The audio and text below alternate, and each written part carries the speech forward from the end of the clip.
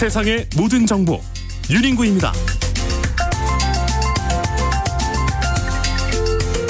점심 맛있게 드시고 계십니까? 안녕하십니까, 윤인구입니다. 도널드 트럼프 미국 대통령이 대이란 전쟁을 종료하는 시점에 대해 very soon, 아주 곧이라고 언급했습니다. 종전 기대감에 우리 증시는 급등세를 보이고 있고요. 매수 사이드카까지 발동됐습니다.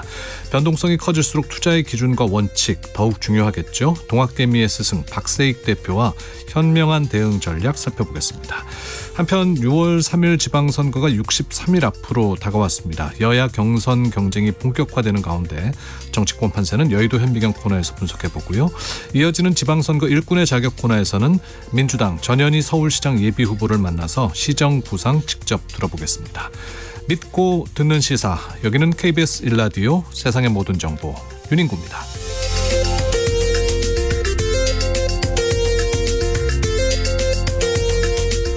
오늘도 갓생 품격 있게 여러분과 함께 하겠습니다. 오늘 4월 1일입니다. 만우절이죠. 1년에 딱 하루 일시적으로 가벼운 거짓말 허용되는 날입니다.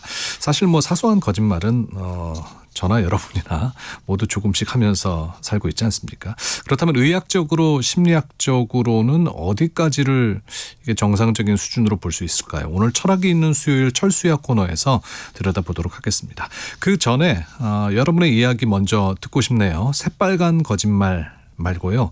여러분이 생각하는 하얀 거짓말은 어떤 겁니까? 상대를 웃게 했던 착한 거짓말도 좋고요. 그날 나 진짜 속았다 싶었던 만우절 에피소드도 좋습니다.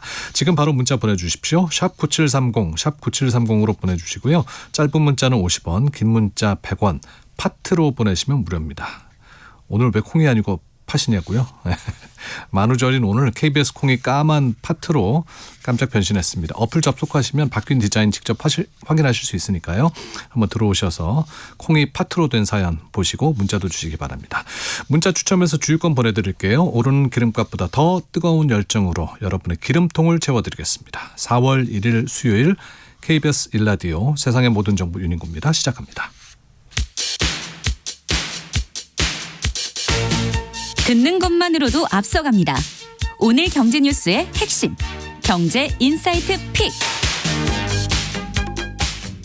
뉴스는 많지만 내 지갑에 도움되는 소식 따로 있습니다. 오늘 꼭 알아야 할 경제 뉴스만 픽해서 전해드립니다. 경제 인사이트 픽, 임선훈 뉴스캐스터 나왔습니다. 어서 오십시오. 안녕하세요. 네, 오늘 증시 어떻습니까? 네, 줄곧 밀리던 국내 증시 오늘 간만에 빨간불 켜고 있습니다. 가파른 오름세 코스피 오전 한때 매수 사이드카가 발동되기도 했는데 현재는 상승폭 키워나가면서요 7% 가까이 오르면서 5,408원도 눈앞에 두고 있습니다. 코스닥도 5% 넘는 오름세 보이고 있고요. 트럼프가 이란과 종전 협상이 잘 진행 중이다 재차 강조하고 있는 와중에 이란 측 주요 인사들도 호응하는 발언을 내놓으면서 종전 기대감이 높아지자 얼어붙었던 투심도 살아난 모습인데요. 덕분에 국제 유가도 떨어지면서 치솟던 원달러 환율도 밤새 많이 내려왔습니다.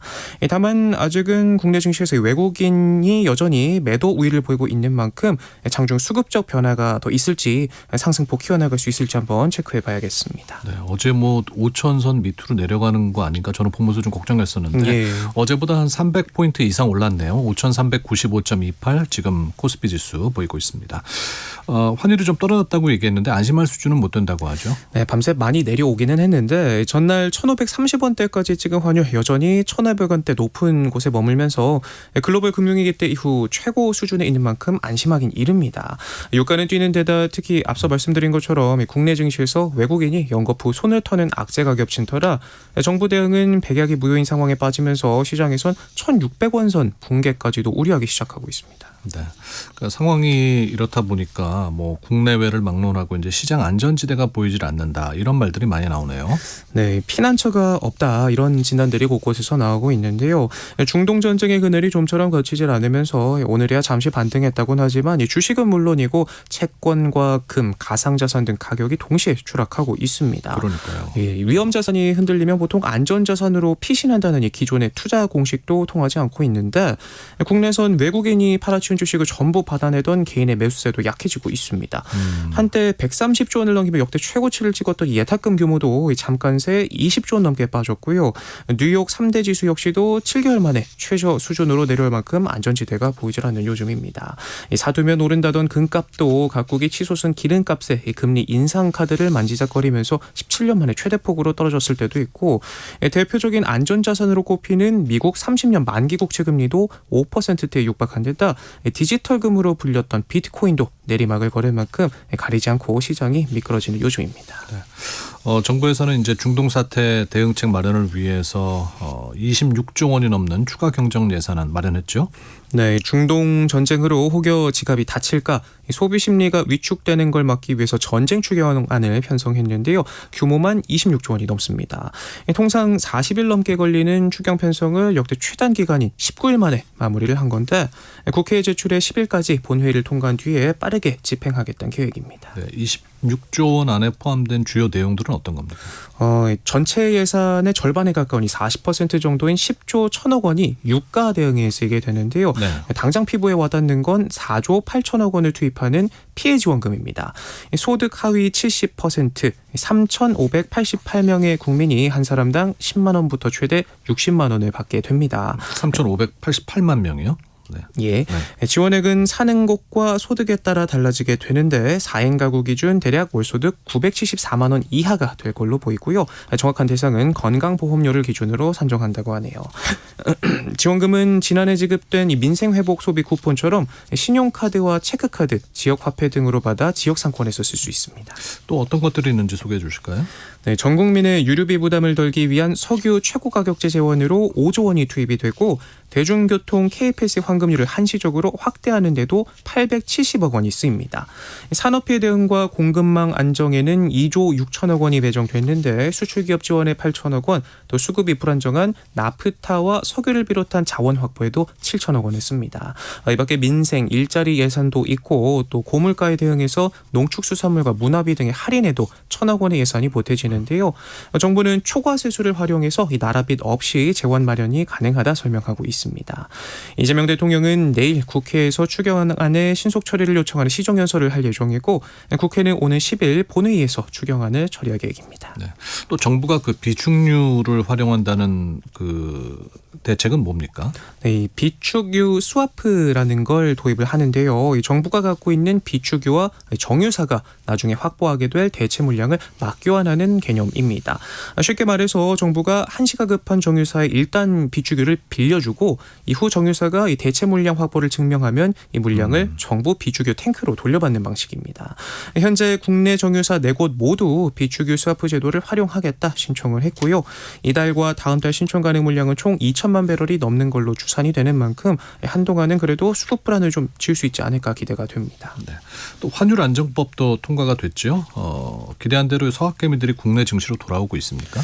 네, 환율 안정법. 짙거나 미국 증시에 투자한 서학개미들의 마음을 되돌리기 위해 만들어진 일종의 유인책이죠. 국내 시장 복귀 계좌를 통해서 들고 있던 해외 주식을 정리하고 그 돈으로 원화나 국내 주식 등에 다시 투자하면 세제 혜택을 주는 방식으로 그새 6만 개에 육박한 계좌가 만들어질 만큼 많은 투자자들이 국내 시장 복귀를 조울질하고 있습니다. 다만 효과는 아직 제한적인 걸로 보이는데요. 누적 입고액은 3,300억 원 수준으로 220조 원이 넘는 서학개미들의 미국 주식 보유액 과 비교하면 0.15% 수준에 그치고 있다고 하네요. 네. 뭐 계좌는 6만 개나 만들어졌고 또 관심은 많다는 얘기인데 정작 돈은 안 들어오고 있는 거네요. 예, 맞습니다. 왜 그렇습니까? 이 무엇보다도 최근 뉴욕 증시가 좋지 않아서 물렸다고 하죠. 손실 상태인 투자자들이 많고요. 여기에 길어지는 중동 사태로 잘 나가던 국내 증시도 불안정하다 보니까 쉽게 털고 돌아오기가 어려운 상황입니다. 네. 결국 제도는 매력적인데 시장 상황이 발목을 잡고 있다, 이렇게 볼 수 있겠네요. 네. 이 시간에도 이제 미리 예고를 해드렸습니다만 오늘부터 항공권 가격이 크게 오른다고요? 네, 맞습니다. 혹시라도 여행 계획 잡아둔 세모정 가족분들 계시다면 이번 소식 집중해서 들으셔야겠습니다. 말씀하신 것처럼 당장 오늘부터 항공권 가격이 뻥튀기 됩니다. 국제유가가 치솟으면서 유류 할증료가 널뛴 탓인데요. 한 달 새 3배까지 올라 장거리 노선 같은 경우에는 왕복 기준 40만 원 이상의 부담이 추가로 발생하게 됐습니다. 네. 근데 문제는 이게 끝이 아니라고요? 맞습니다. 이달 적용된 유류 할증료 수준은 총 33단계 중에 18단계라 상태라고 하더라고요. 지금처럼 항공유 가격이 치솟으면 다음 달에는 역사상 한 번도 경험해보지 못한 이 마지막 단계 33단계까지도 찍을 수 있다고 하는데 이렇게 되면 뉴욕 왕복 티켓의 유료 할증료가 100만 원을 훌쩍 넘게 된다고 합니다. 꿀팁 하나 드리자면 이 유료 할증료는요, 비행기를 타는 날이 아니라요, 표를 결제하는 날을 기준으로 부과가 되거든요. 다음 달 유료 할증료는 오늘 16일 이후에 발표가 되는데 표를 사야 한다 하시면 인상분이 반영되기 전에 이 눈치 싸움 하시다가 예매 미리미리 마치시는 게 유리하니까요. 참고하시면 좋겠습니다. 네, 좋은 정보 고맙습니다. 군견이나 구조견의 은퇴 이후의 삶을 위해 정부가 나섰다고 하는데 이건 무슨 내용입니까? 네, 휴가도 연금도 없이 오직 봉사만을 위해 살아온 국가 봉사동물들의 제2의 견생을 지원하기 위해 정부가 나선 건데요. 편안한 노후를 보낼 수 있도록 입양 지원 사업을 시작했습니다. 새 가족이 되어줄 입양자에게 병원 진료부터 미용, 보험, 사회화 교육 등에 쓴 비용의 60%를 연간 최대 100만 원까지 돌려주고요. 민간 분야 협력도 강화가 됩니다. 한국동물병원협회에 속한 전국 44개 병원에서 진료비를 30% 할인받을 수 있고 반려동물 보험료도 최대 20%까지 할인되고요. 또 사료비나 장례비 할인 같은 지원도 함께 제공이 된다고 하네요. 나라를 위해 헌신한 이 친구들에게 따뜻한 보금자리가 더 많이 생겼으면 하고 기대해 봅니다. 네.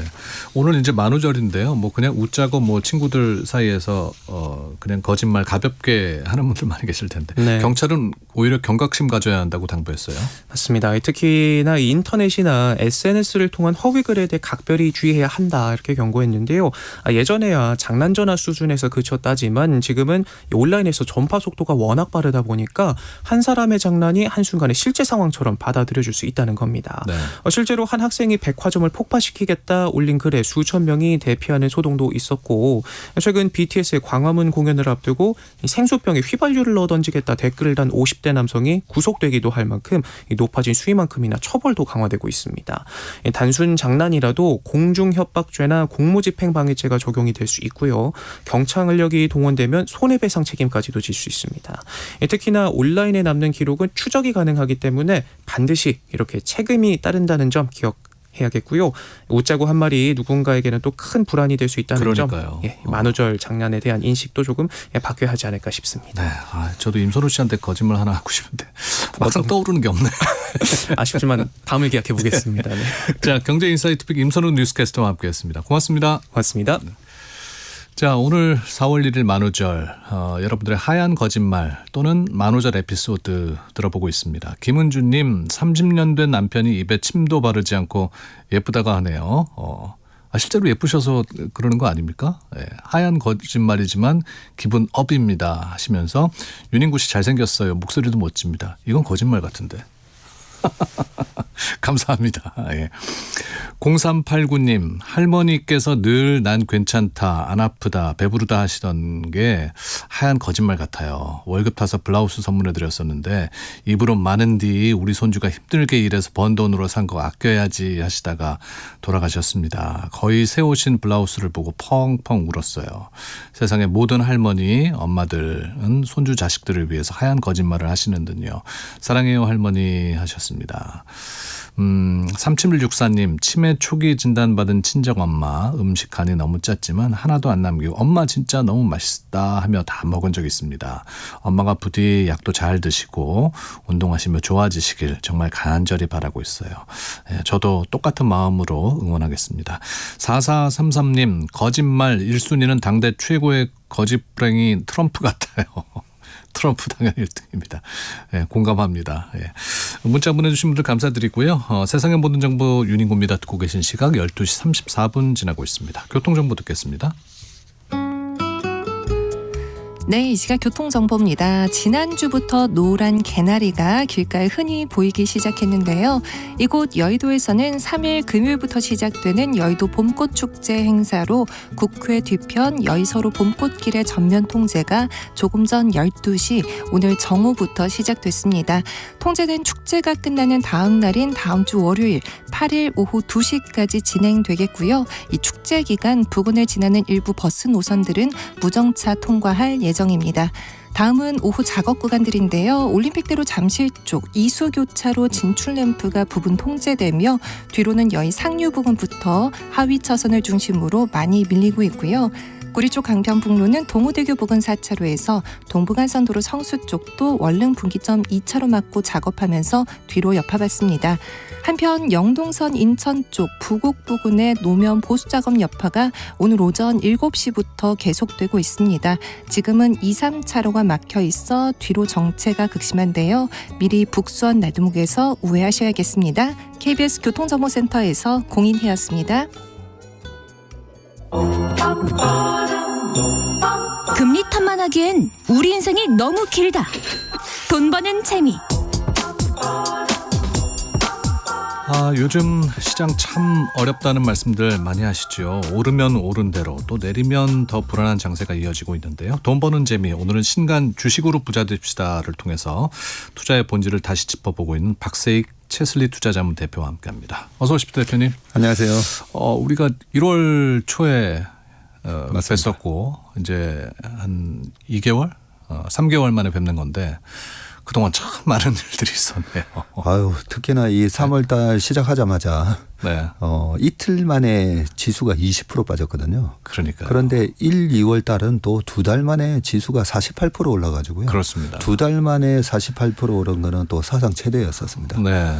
그리고 뭐 작년에 1월 달에 작년 코스피 상승률이 75.6%. 이거는 뭐 89년 언제 이후로 뭐 세 번째다 뭐 이랬었는데 사실 너무 많이 올라서 사실 조정이 있던 거거든요. 네. 그 조정이 필요할 때 이란 전쟁이라는 이제 크게 이제 뺨 때려주는 그런 게 있었고요. 뺨만 때렸습니까?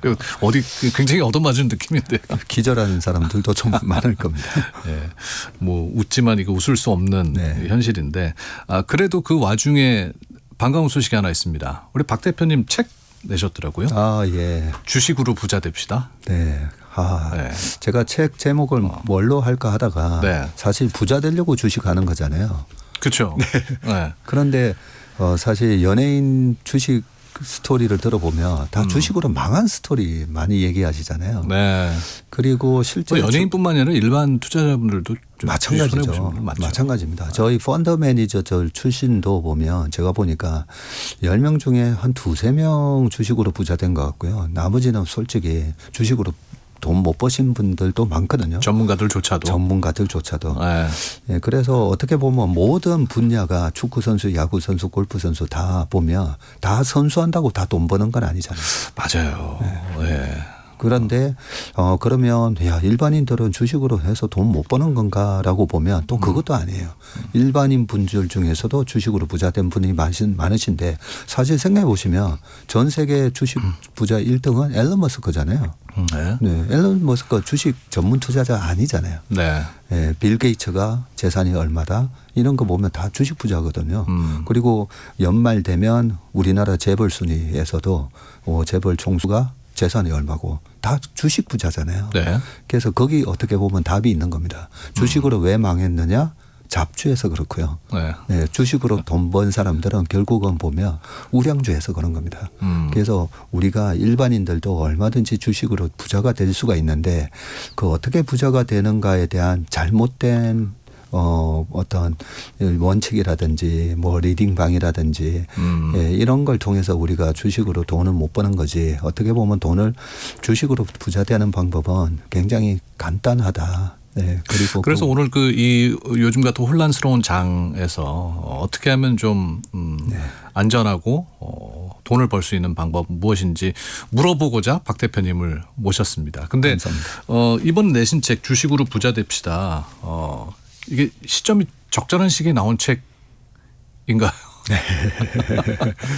그래서 2월 말만 하더라도 되게 부담스럽거든요. 왜냐하면 6,300이니까 네.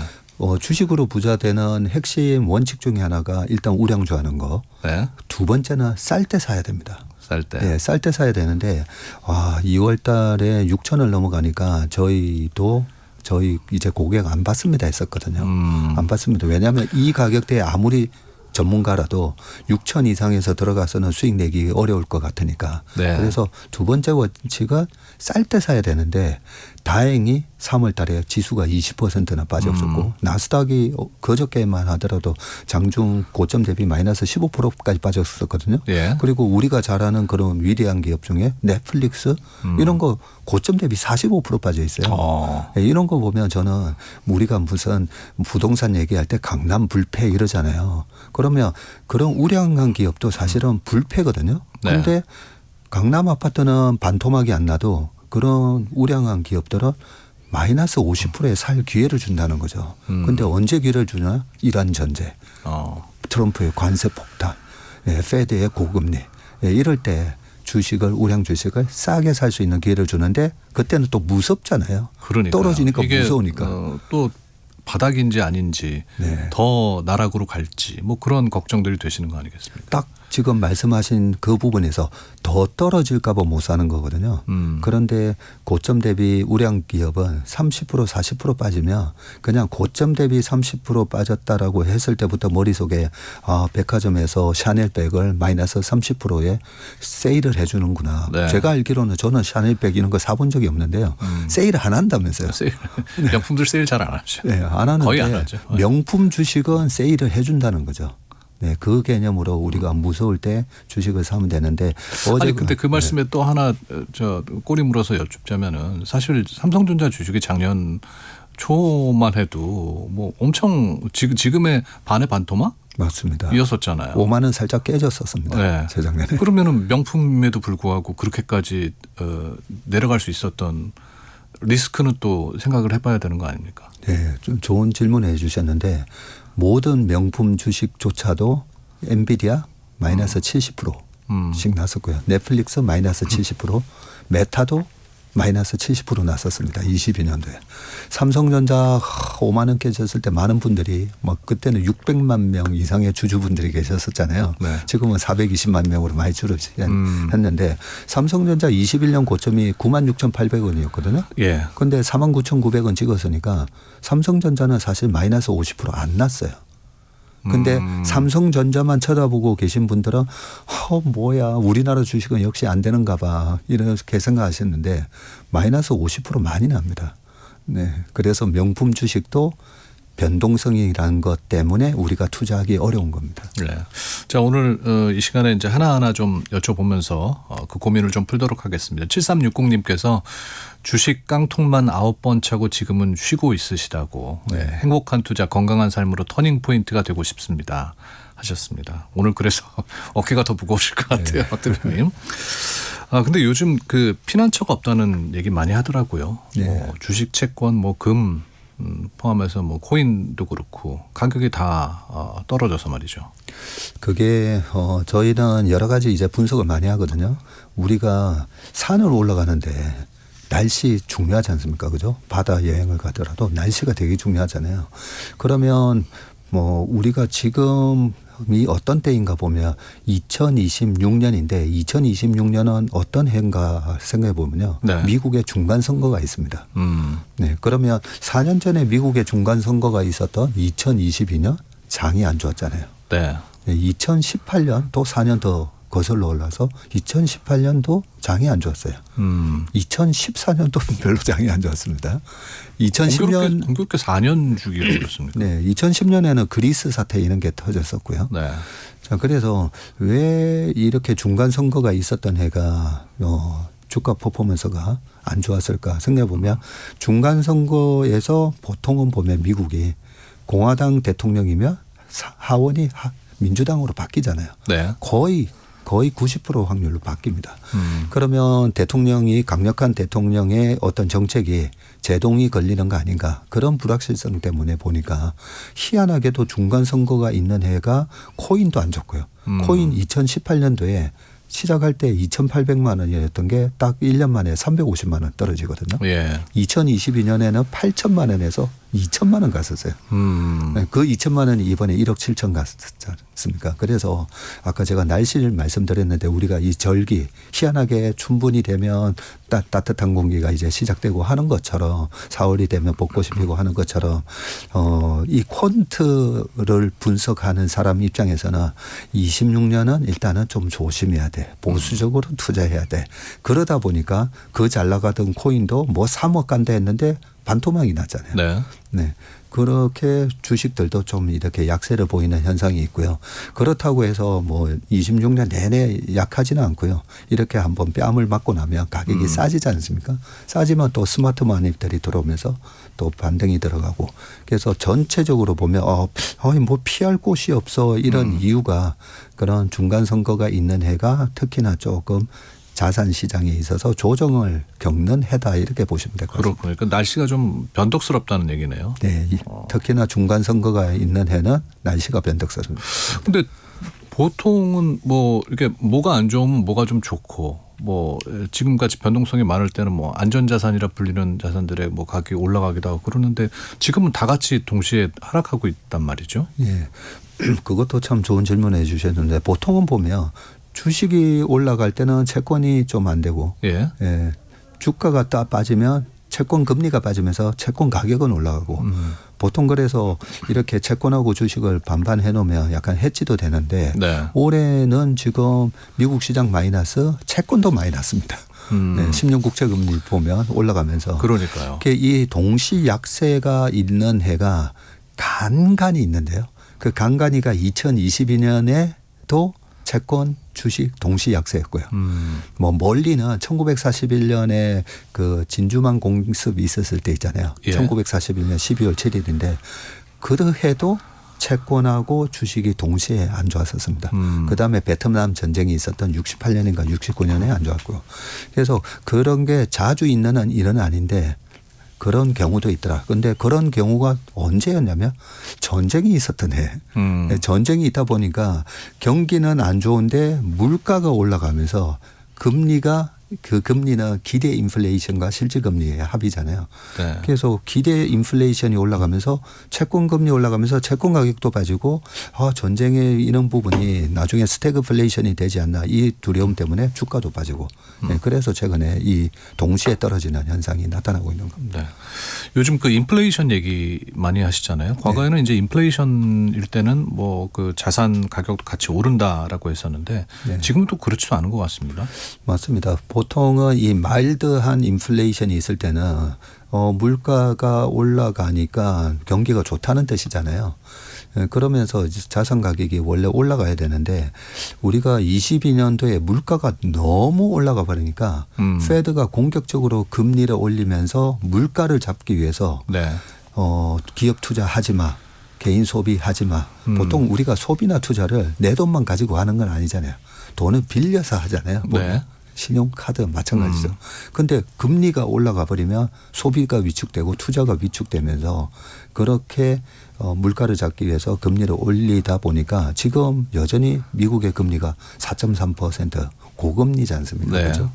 고금리다 보니까 이게 경기가 좋아서 생긴 인플레이션이라기보다는 이번에 또 유가가 급등하고 이런 부분에 있어서의 물가 상승이다 보니까 자산 가격이 경기가 좋은 게 아니네. 그리고 페드는 계속 금리를 한두 번 내려줄 줄 알았는데 이제 올해는 아예 금리 못 내린대.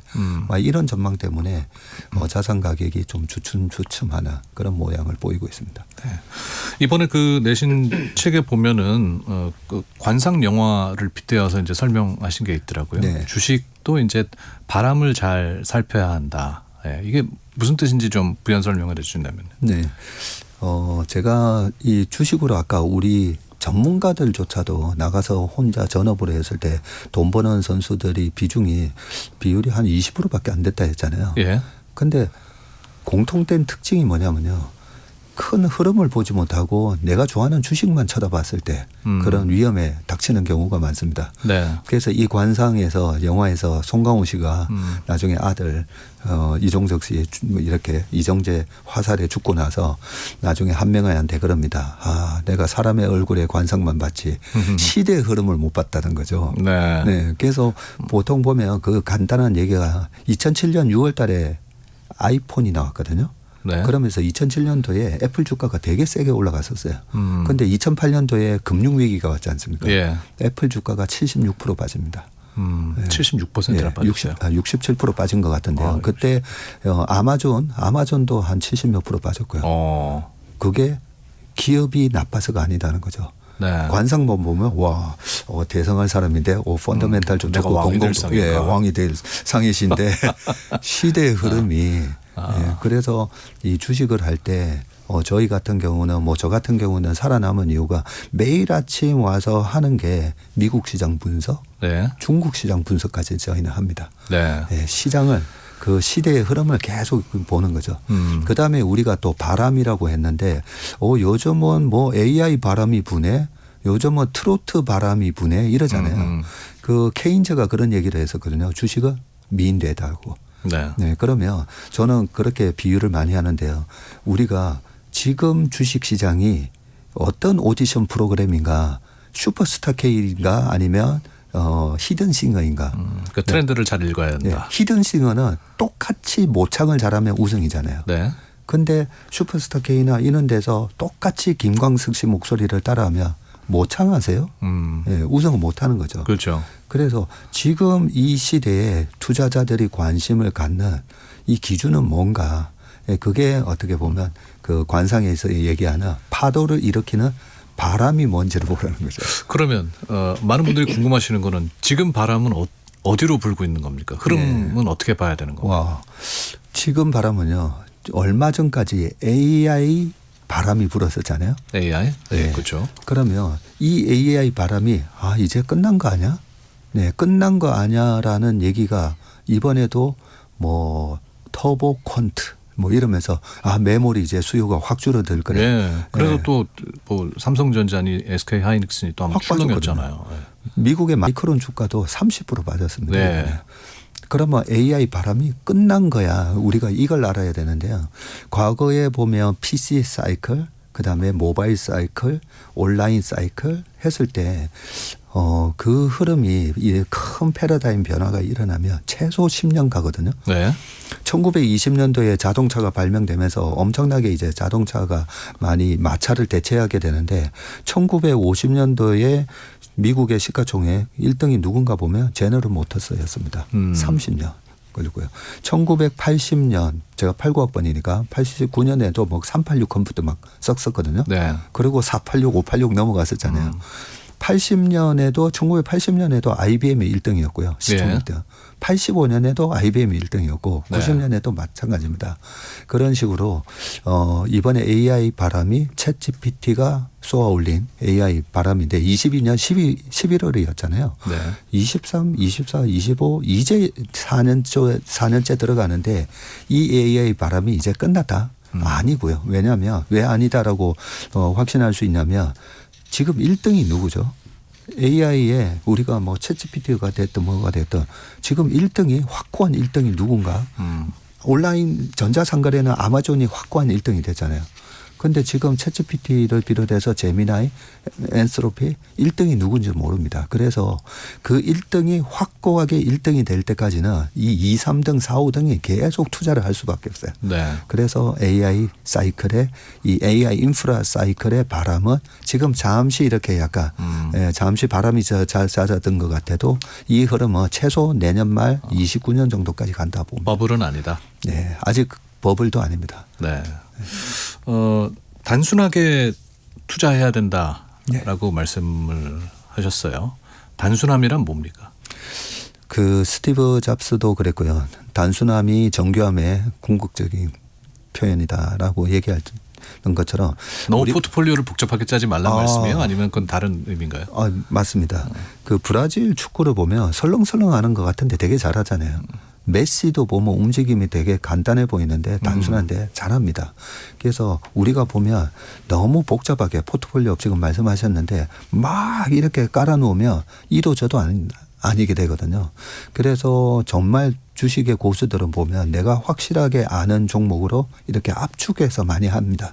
근데 그 단계가 되기 전까지는 저는 일반 투자자분들한테는 그냥 잘 모르시니까 오히려 분산하시는 게 낫다. 근데 절대 큰 돈은 못 벌죠. 그래서 포트폴리오도 단순하게 가져가야 되는데 그러면 어떻게인데 한 30초 정도로 정리해 주시면 좋을 예. 거예요. 시간이 얼마 남지 않았어요. 잘 모르면요. 그냥 세계 시가총액 1등, 우리나라 시가총액 1등. 그 분야에 1등 기업만 사면 됩니다. 네. 1등 기업만 샀다가 이번에는 AI 바람이야. 그러면 AI 그쪽 섹터의 1등을 좀 비중을 많이 가져가고요. 알겠습니다. 소비재야 하면 소비재로 많이 가져가고. 오늘 질문들이 많이 나왔는데요. 반도 못한 것 같아요.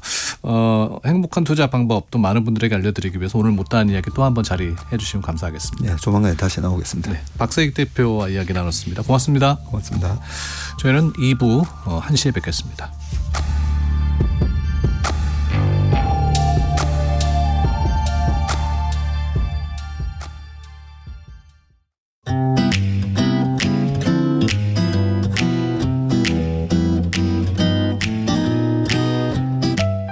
안녕하세요. 바른말 고운말입니다.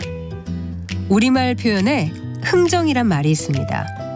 이것은 물건을 사거나 팔기 위해 품질이나 가격 따위를 의논함이라는 뜻의 고유어 명사입니다.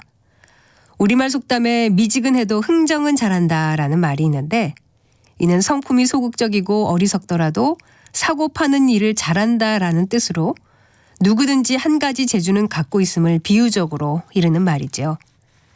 또 사랑은 결코 흥정이나 거래의 대상이 될 수 없다라는 말도 들을 수 있는데요. 이 경우엔 흥정이 어떤 문제를 자기에게 조금이라도 더 유리하도록 상대편에게 수작을 검이라는 뜻으로 쓰이는 것입니다. 흥정과 관련된 표현으로 주릅이라는 고유어 표현이 있습니다. 이것은 흥정을 붙여주고 보수를 받는 것을 직업으로 하는 사람을 뜻하는데요. 땅주릅, 약주릅, 장주릅, 집주릅 같은 표현도 있습니다. 땅주릅은 땅의 매매를 흥정하여 주는 사람을 말하고 집주릅은 집 흥정을 붙이는 일을 직업으로 가진 사람을 의미하는데요. 요즘으로 말하면 공인중개사 같은 직업이라고 할 수 있겠죠. 그리고 약주릅은 예전에 약재의 매매를 중개하던 사람이고 장주릅은 예전에 장에서 흥정 붙이는 일을 직업으로 하던 사람을 말합니다. 지금까지 바른말 고운말 아나운서 국혜정이었습니다.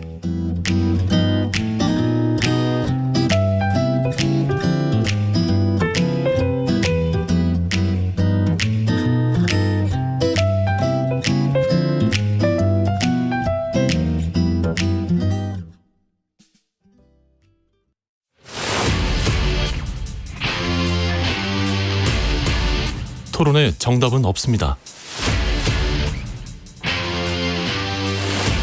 토론이 세상을 바꿀 수도 없습니다. 하지만 질문은 새로운 세상을 만들 수 있습니다. 질문으로 올바른 세상을 만드는 첫걸음. 평일 저녁 7시 20분 KBS 열린 토론.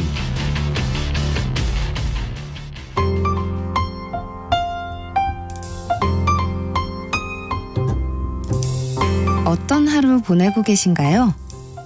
눈코 뜰 새 없이 바쁘게 지나가는 한 주.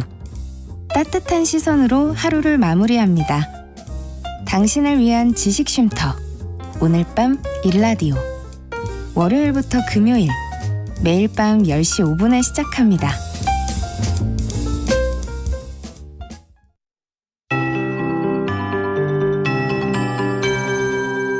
KBS 58분 날씨.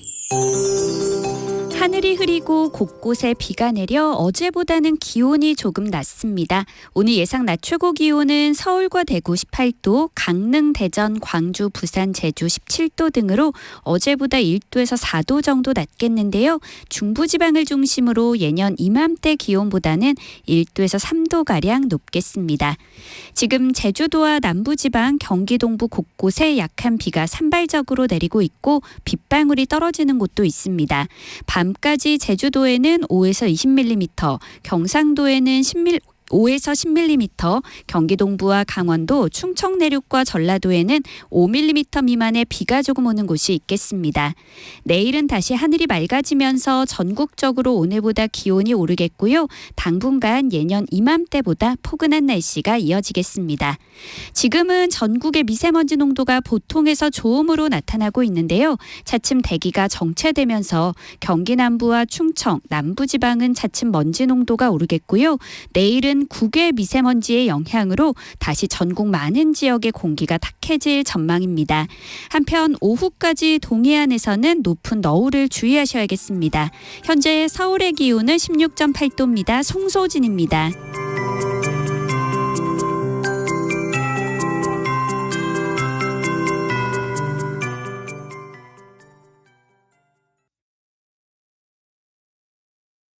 정성을 다하는 국민의 방송 KBS가 한시를 알려드립니다. AM 711kHz, FM 97.3MHz, KBS 1라디오입니다. HLKA.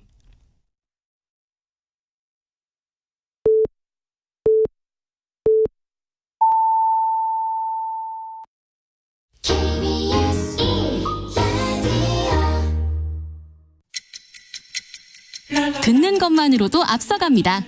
당신의 갓생 파트너 KBS 1라디오 세상의 모든 정보 윤인구입니다.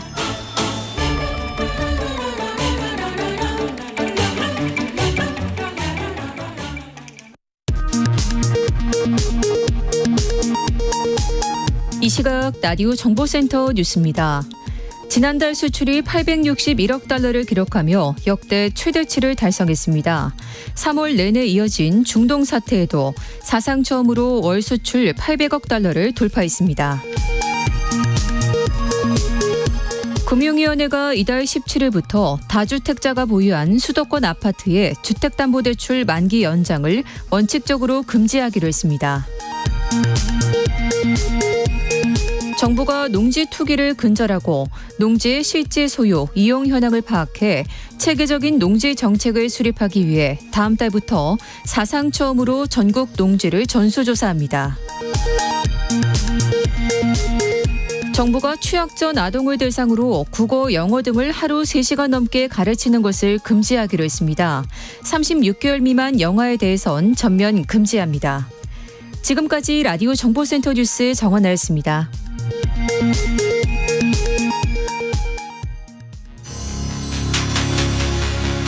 일상의 깊이를 더합니다. 당신을 위한 프리미엄 인사이트. KBS 1라디오 세상의 모든 정보 윤인구입니다. 네, 만우절 2부 시작하겠습니다. 오늘 여러분들의 하얀 거짓말 또 만우절과 관련된 에피소드 받아보고 있는데요.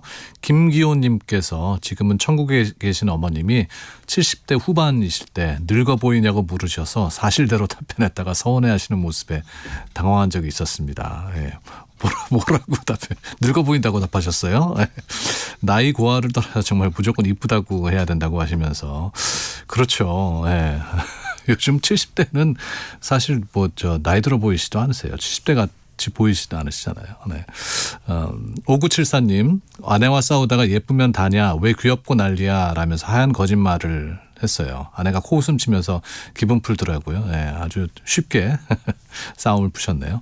김종근님, 본가에 가서 엄마가 모르는 연예인 사진으로 여자친구 생겼다고 하면 너무 좋아하며 설레어하세요. 하얀 거짓말이 아닌 진짜 여자친구 생겼다고 기쁘게 해드리고 싶네요. 예. 그 소원 꼭 이루어지시길 바랍니다.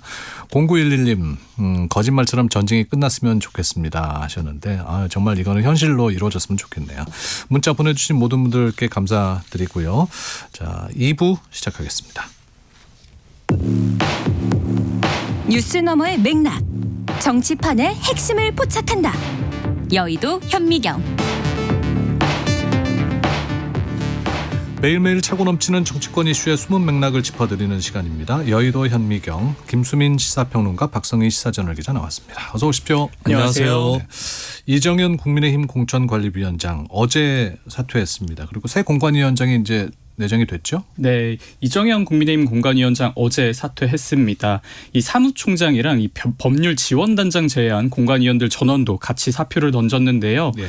이정현 위원장의 이 사퇴의 면을 좀 요약해 보면 이제 공천 절차 얼추 다 마무리됐고, 그리고 이 재보궐선거 등 이 남은 공천은 보다 좀 더 전략적인 판단이 요구되는 만큼 별도의 공관위를 만드는 게 맞다 이겁니다. 이 위원장 이제 심판이 아닌 선수로 뛸 것으로 보이는데요. 전남 광주 이 통합특별시장 이 선거에 출마할 것으로 보입니다. 결국은 결국은 취재를 좀 해봤는데 사실 뭐 갑작스러운 사태는 아니고요. 그래요? 이정현 위원장이 이미 한 5일 전쯤에 장동혁 대표 만나서 사퇴 의사를 한번 밝혔었다고 합니다. 그때부터 이 지도부 차원에서 새 공관위원장을 물색해 왔고, 그 결과 오늘 이 사선의 박덕흠 의원을 새 공관위원장으로 내정했습니다. 박 의원은 상대적으로 좀 개파색이 옅은 중진이라 지도부 내에서도 큰 반대는 없었던 것으로 전해집니다. 다만 이 국민의힘 분위기를 좀 보면 뒤숭숭한데요. 장동혁 대표는 이정현 공관위원장이 국민 눈높이에 맞는 공천에 성공했다 이렇게 평가를 했지만, 아무래도 이정현 위원장이 이 남기고 간 숙제들이 좀 만만치 않습니다. 일단 이 대구와 이 충북 등 이 가처분 신청이 이루어진 지역에서 소위 후보 교통 정리가 아직 이루어지지 않았고요. 그리고 또 경기도의 경우는 어제 이정현 위원장이 공식적으로 유승민 전 의원 설득에 실패했다 이렇게 밝히면서 후보 기근이 좀 계속되는 모습입니다. 이 밖에 이 국회의원 재보궐선거 공천도 이 새 공관위가 진행을 해야 해서 공천 잡음이 좀 아무래도 당분간은 계속될 것으로 보입니다. 아니 선거가 이제 60여일 정도 남았는데 네. 공천관리위원장이 이렇게 사퇴해도 되는 겁니까? 그렇습니다. 이정현 위원장이 흔들린 것이 아니라 흔든 겁니다. 아이고 위원장 오셨어요. 강조를 했는데 흔든 건 맞다고 볼 수도 있겠지만, 근데 그 흔드는 주체 역시도 같이 흔들리지 않았는가, 이런 평가는 남을 수밖에 없을 것 같습니다. 왜냐하면 일단 각 지역을 살펴봐도 대구, 충북 이쪽의 여파는 뭐 길게 말할 필요도 없는 굉장히 아직도 여진이 계속되고 있는 상황이고, 네. 그리고 한국 시리즈 경선을 도입한다라고 호언했었는데 이것도 경북에는 도입을 하고 서울에는 도입을 하지 않는 이런 과정을 통해서 당의 여러 가지 균열이 또 드러났습니다. 그리고 부산 같은 경우는 경선을 실시를 하게 됐는데 부산 지역의 의원과 심지어는 후보 중에 한 명인 주진우 의원까지 경선을 그냥 하게 해달라 이렇게 해서 경선을 실시를 하게 된 거라서 공관위가 주도를 했다고 보기는 어렵고요. 그리고 경기도 같은 경우는 아직까지 경선을 시작을 하지 못했기 때문에 공관위가 절반의 고비라도 넘어서고 이렇게 교체가 되는 것인가 의문이 제기될 수밖에 없을 것 같습니다. 네. 그래서 원칙이 없다, 뭐 공정성의 문제가 계속 제기되고 있는 게 아닌가 싶은데, 법원에서는 김영환 충북지사 공천 배제 그 효력정지 가처분 신청이 인용됐습니다. 네, 국민의힘은 여기에 대해서도 이의 신청을 할 예정이라고요? 네, 국민의힘 공천이 좀 계속 꼬이는 모습입니다. 법원이 김영환 충북지사의 컷오프 결정에 제동을 걸었는데요. 이 핵심 이유는 한마디로 이 절차적인 정당성이 결여됐다는 겁니다. 법원은 국민의힘 공관위가 이 경선 후보를 추가로 공모하는 과정에서 당규에 명시된 이 3일 이상 공고 원칙을 어기고 단 하루 만에 접수를 끝낸 점을 치명적인 하자로 봤는데요. 특정 후보를 밀어주기 위해서 이 규정을 무시했다는 겁니다. 여기에 이 김 지사를 컷오프 시킨 이 사유 역시 뭐 객관적인 데이터보다는 추상적이고 좀 자의적이라서 이거는 정당의 재량권을 넘어선 거다 이렇게 법원은 꼬집었는데요. 이렇게 되면 김 지사는 이 법적으로 경선 후보 자격을 회복합니다. 동시에 소위 낙하산 후보 논란에 휩싸였던 이 김수민 전 의원은 바로 이 충북지사 후보직을 사퇴했는데요. 앞서 김 전 의원은 가처분이 만약에 인용이 되면 사퇴하고 김영환 지사를 돕겠다 이렇게 밝힌 바 있습니다. 아, 그랬군요. 일단 국민의힘 지도부는 즉시 이의 신청에 나서겠다 이렇게 밝혔습니다. 장동혁 대표는 재판장이 공관위원장이랑 윤리위원장 다 하시면 될 것 같다. 법원이 정당의 자율성을 침해한 거다 이렇게 반발했는데요. 또 국민의힘은 재판부 기피 신청을 하겠다 이렇게 밝혔습니다. 만약에 이 국민의힘이 제기한 이의 신청이 이뤄지면 같은 법원에서 다시 한번 판단이 이뤄지는데 이번에는 좀 다른 법원에서 한번 판단을 받아보겠다는 겁니다. 일단 법원 판단 전까지 김영환 지사의 후보 자격은 유지가 되는데요. 예. 만약 법원이 이의 신청을 받아들이면 이 컷오프 효력이 다시 발생하기 때문에 국민의힘 공천 상황 쉽게 예측하기는 좀 어려워 보입니다. 네. 네. 어떻게 보십니까? 이게 정당이 사실 공공기관은 아닙니다. 정당법에도 나와 있지만 자율적인 조직이라고 명시가 돼 있거든요. 그렇기 때문에 법원이 어지간해서는 관여를 하지 않는 게 좋다. 이런 의견이 그동안 많이 있어 왔습니다. 그런데 또 한편으로 생각해 보면 거꾸로 법원은 왜 관여를 하게 되었는가 이걸 봐야 될 것 같은데, 예를 들어서 정당이 스스로 세워놓은 규율을 지키지 않는다면 그 구성원들의 권익이 침해되는 것이고, 이런 경우에는 사법부가 개입할 수밖에 없다. 이런 취지에서 결국 법원에서 개입을 해서 효력 정지를 시키고 있는 것이 아니냐라고 봐야 될 것 같고요. 경선을 할 거냐 컷오프를 할 거냐, 이건 물론 정당의 자율적인 사항이겠지만 다만 컷오프에는 어떤 기준이, 객관적인 잣대가 있어야 된다라고 하는 점, 그리고 그 절차와 과정이 적어도 그 정당의 내부 규정은 준수를 해야 된다. 이런 점들을 법원에서는 감안을 했을 것 같고, 아마 법원 입장에서도 정말 굳이 개입하고 싶지는 않으나 이 정도 수준이라면 개입할 수밖에 없다. 이런 입장이기 때문에 이런 또 결정이 나오는 것 같습니다. 네. 컷오프된 분들이 강조하는 게 그 부분이 아닐까 싶은데, 그러면 주호영 의원은 어떻게 된 겁니까? 여기도 가처분 신청 했잖아요. 예, 맞습니다. 일단 김영환 충북지사의 가처분 인용이 대구의 이 주호영 의원에게는 분명 강력한 이 법적인 우군이 생긴 격이다, 이런 평가가 나옵니다. 법원이 충북 사례에서 정당의 자율성보다 이 절차적인 정당성이 우선된다, 이렇게 밝혔기 때문인데요. 주 의원 측 역시 이 공간위의 컷오프 결정이 당규상 근거가 좀 빈약하고 특정 후보를 밀어주기 위한 자의적 배제다, 이 점을 좀 집중적으로 파고들고 있습니다. 네. 만약에 법원이 이번에도 주 의원의 손을 들어준다면 현재 확정된 이 대구시장 경선 대진표 즉시 무효화 되고요. 주 의원은 경선에 참여할 수 있습니다. 또 주 의원뿐만 아니라 이 당의 컷오프 이의 신청을 제기한 이 이진숙 전 방통위원장도 다시 포함해서 경선표가 짜여질 것으로 보이는데요. 또 앞서 이미 대구 경선 후보들이 1차 토론을 했기 때문에 주 의원과 이 전 위원장 포함해서 추가 토론이 이뤄질 것으로 보입니다. 주 의원 어제 부의장실에서 장동혁 대표 만났는데요. 네. 앞에 이런 약속들을 모두 받아냈다, 이렇게 밝혔습니다. 반대로 이 가처분이 기각될 가능성도 있습니다. 다만 주 의원의 이 가처분이 기각되더라도 이미 이 공천 시스템의 일부 허점이 법원의 판단을 통해서 드러났기 때문에 공천 결과에 승복할 이유가 나는 없다, 이렇게 밝혔습니다. 사실상 이 무소속 출마 가능성을 시사했다, 이런 전망이 나오는데요. 장동혁 대표가 좀 선당후사 해달라, 이렇게 촉구했지만 주 의원은 당이 잘못된 길로 가는 걸 그대로 지켜보는 게 선당후사는 아니다, 이렇게 선을 그었습니다. 네. 요즘에 주호영 의원의 태세를 가까이서 지켜본 사람들은 무소속 출마를 괜히 하는 말이 아닌 것 같다. 엄포용이 아니라 정말 출마하는 쪽으로 기울어져 있다, 이렇게들 얘기를 하고 있거든요. 네. 어느 정도는 결심이 좀 확고하게 서 있는 것 같은데, 그렇다면 결국에 주호영 의원의 독자 출마를 막을 수 있는 방법은 가처분이 오히려 인용이 돼서 경선을 다시 하는 것인가? 이런 또 아이러니한 현실이 또 있겠습니다. 그리고 만약에 주호영 의원의 가처분이 인용이 되면 국민의힘은 최근에 윤리위원회 결정을 포함해서 당의 몇몇 결정사항이 사연패를 하게 되는 거거든요. 사실 주 의원도 판사 출신이지만 장동혁 대표도 판사 출신입니다. 이런 점들이 또 묘하게 돌아가는 것 같고, 사실 윤석열 전 대통령 1심 판결이 나오고 또 장 대표가 거기에 사실상 불복 입장을 밝히면서 이번 지방선거에 또 하나의 관문이 생겼었던 건데, 이번에 또 가처분 신청이라는 2차 관문이 생겼다. 결국 국민의힘의 현실은 선거를 치러보기 전에 법정에서 먼저 일단 승부를 가려야 되는, 이런 또 상황이 된 것 같습니다. 네. 개헌안이 속도를 내고 있습니다. 우원식 국회의장과 여야 6당이 6.3 지방선거 동시 개헌을 목표로 해서 이제 개헌안을 발표했습니다. 네, 어제 우원식 국회의장과 이 국민의힘 제외한 여야 6당이 지방선거에 동시 개헌을 좀 같이 하자, 이 개헌안을 발표했는데요. 여야 간 이견이 좀 적은 사안부터 이 고쳐나가는 단계적 개헌에 나서자는 겁니다. 네. 핵심 내용을 한번 요약해 보면, 먼저 이 헌법 전문에 5.18 민주화 운동가 부마 민주항쟁의 이 정신을 명시하고, 또 이 계엄 선포권에 대해서 국회 사전 승인이나 이 사후 통제권을 좀 대폭 강화하는 내용이 담겼습니다. 여기에 또 국가의 지역균형 발전 의무를 헌법에 명시하겠다는 구상인데요. 헌법이 제명도 기존의 이 한문에서 한글로 바꾸기로 합의했습니다. 개헌안은 이 재정당 의원들의 이 동참 절차를 거쳐서 오는 6일쯤에 실제 발의될 전망이고요. 이튿날인 이 4월 7일에 국무회에서 이를 심의 공표하겠다는 계획입니다.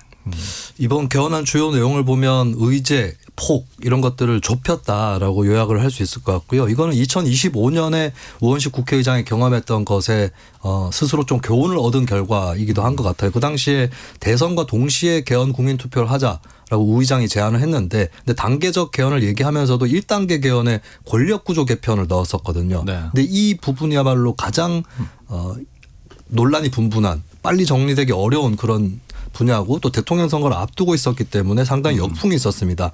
그렇기 때문에 의제를 좁히게 된 것이 이번의 결과인 것 같고 부마 항쟁과 5.18을 전문에 명기하는 거 그리고 지역균형 발전 이런 것들은 이론의 여지는 별로 없는 사안이겠습니다. 그리고 계엄에 대한 국회의 통제를 강화하는 것은 물론 세부적으로는 이견이 있을 수 있으나 12.3 사태 이후에 그 방향에 대한 공감대는 커졌다라고 하는 점이 반영이 된 것 같고요.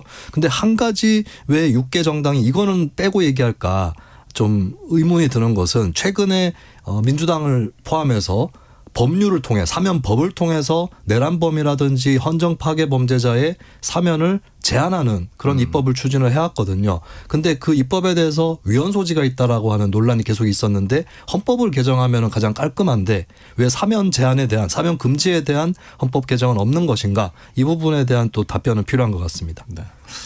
근데 그 지금 여야 6당에 국민의힘은 포함이 안 돼 있잖아요. 국민의힘에서는 지방선거 전 개헌을 반대하고 있는 겁니까? 네, 일단 국민의힘이 반대를 하는 가장 큰 이유가 일단 시점을 좀 문제 삼고 있습니다. 지방선거 이젠 2달 앞두고 이때 개헌 논의에 좀 불을 붙이는 게 좀 부적절하다는 건데요. 아무래도 이 개헌이라는 대형 이슈가 이 모든 정치적 사안을 빨아들이는 일종의 이 블랙홀이 될 수 있고 이러면 이제 정작 이 지방선거 본연의 목적인 지역 일꾼 뽑기 그리고 이 민생 현안이 좀 뒷전으로 밀릴 수 있다. 이런 우려입니다. 또 중동 전쟁 여파와 이 불안한 경제 지표 등 이 민생이 좀 시급한데 이때 개헌으로 좀 국력을 소모하는 게 맞냐 이렇게 지적하고 있는데요. 그래서 일단 개헌은 지방선거 이후에 논의하자는 게 이 국민의힘 지도부의 입장입니다. 나라의 이 기본 틀을 바꾸는 이 헌법 개정은 단 한 글자를 고치더라도 이 국민 대다수에 동의하는 이 충분한 토론 과정이 좀 필요한데 지금처럼 이 여권 주도로 좀 작전을 수행하듯이 밀어붙이는 거는 절차적으로 좀 문제가 있다 이런 지적입니다. 네. 여기에 또 장동혁 대표는 헌법 이 부칙 개정해서 사실상 이재명 대통령의 연임으로 가기 위한 뭐 포석 아니냐 이렇게 의심하고 있는데요. 개헌안 의결을 위해서는 이 재적 의원 3분의 2인 이 200석 가까운 이 찬성표가 필요한데 이 107석을 가진 국민의힘이 반대하면 개헌을 좀 성공할 수 없습니다. 국민의힘 내에서는 지금 김용태 의원만이 이 개헌의 찬성 의사를 좀 밝힌 상태인데요. 그래서 우원식 의장과 이 여야가 국민의힘을 좀 강하게 설득하고 있습니다. 4월 임시국회 내내 이 개헌을 둘러싼 이 여야의 대치 좀 계속될 것으로 보입니다. 네.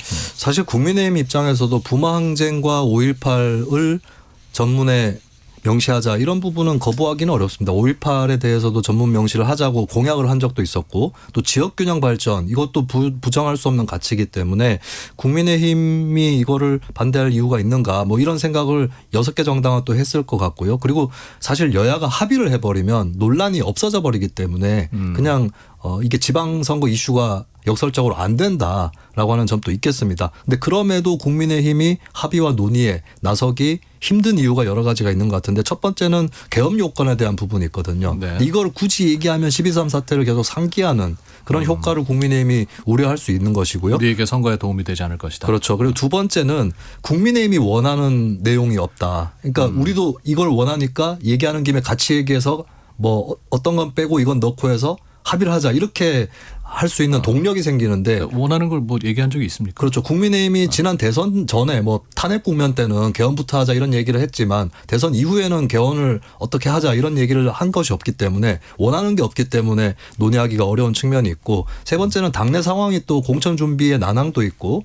여러 가지로 좀 좋지 않은 상황도 있기 때문에 밖에서 제기되는 이슈에 대해서 좀 응대할 수 있는 그런 여지가 별로 없어졌다 이렇게 볼 수가 있겠습니다. 그리고 이번에 또 한 번 드러나는 것이 역시 개헌이라는 거는 다당 구도일 때 되기가 쉽다라고 하는 점이에요. 국민의힘 같은 경우는 지금 107명 의원들 중에 7명 이상이 찬성을 하면 이제 개헌이 되는 건데 그 의원들 입장에서는 배신자로 찍히는 거거든요. 그렇기 때문에 국민의힘의 절반 이상은 설득을 해야 되는 것인데 그건 또 어려운 것이죠. 근데 다당 구도라면 개헌에 반대하는 정당이 개헌 저지선을 확보를 못할 가능성이 또 생기는 거라서 네. 그래서 보통 다당 구도일 때 개헌이 더 쉽고 양당 구도일 때는 어렵다라고 하는 그런 구도상의 이치가 이번에도 나타나는 것 같습니다. 자, 오늘 이야기는 여기까지 듣겠습니다. 정치브리핑 여의도 현미경 박성희 시사저널 기자 김수민 시사평론가와 함께했습니다. 고맙습니다. 감사합니다. 지금 듣고 계시는 방송은 윤인구 세상의 모든 정보 윤인구입니다. 청취자 여러분들의 참여를 기다리고 있습니다. 문자번호 샵 9730 샵 9730 짧은 문자는 50원 긴 문자는 100원의 정보 이용료가 있고요. KBS 콩 어플리케이션 일라디오 유튜브 채널을 통해서는 무료로 참여하실 수 있습니다.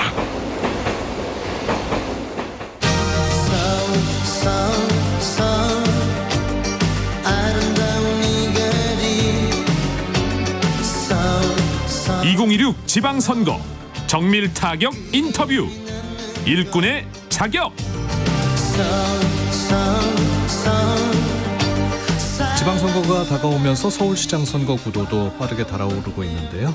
더불어민주당 경선에서는 본선 경쟁력을 둘러싼 신경전이 치열해지고 있습니다. 지방선거 일꾼의 자격. 오늘은 지난주 예비경선을 통과한 민주당 전현희 후보와 함께 서울시장 선거 전략과 핵심 공약 그리고 서울시장에 대한 구상까지 들어보겠습니다. 의원님 어서 오십시오. 네, 반갑습니다. 안녕하세요. 네. 어제 이제 또 그 3자 첫 TV 토론회 하셨고요. 이제 서울시장 선거를 위해서 열심히 뛰고 계신데 이기기 위해 나왔다라고 말씀을 하셨습니다. 전현희 의원이 서울시장이 돼야 되는 이유에 대해서 말씀을 해주신다면요. 제가 정치하는 이유는 제 자신을 위한 게 아니라 네. 국민들을 위한 거다. 늘 이런 생각을 하고 있거든요. 제가 가진 능력이 조금이라도 있으면 우리 서울 시민을 행복하게 해주고 싶다. 이게 제 마음입니다. 그래서 그러기 위한 또 능력과 자질, 도덕성 이런 것을 모두 갖춘 후보다 감히 이렇게 말씀드리고요. 그래서 네. 전현희를 좀 이번 기회에 사셔서 서울 시민을 위해서 좀 부려먹었으면 좋겠다. 그런 마음으로 나왔습니다. 네. 어제 그 토론회 잠깐 보니까요. 아무래도 그 정원호 후보를 위해서 향해서 네. 박주민 후보나 또 전현희 후보께서 많이 공세를 퍼부으시던데 네. 이런 말씀을 하셨어요. 구정은 돛단배고 서울은 거대한 함정이다. 이거는 무슨 말씀입니까? 아무래도 그 구정의 경우에는 정부와 입법부와 서울시가 미리 만들어 놓은 법령과 제도 하에서 실행에 옮기는 그런 곳이 구정이고요. 네. 구정입니다. 그렇기 때문에 시정이나 국정은 그런 틀을 만들고 설계를 하는 그런 게 시정 혹은 국정이거든요. 네. 그래서 주어진 그 제도와 틀 아래서 행정을 하는 것과 그런 틀과 제도를 만들고 또 그런 국가적 위기에 대응하는 이런 것은 조금 차이가 있다.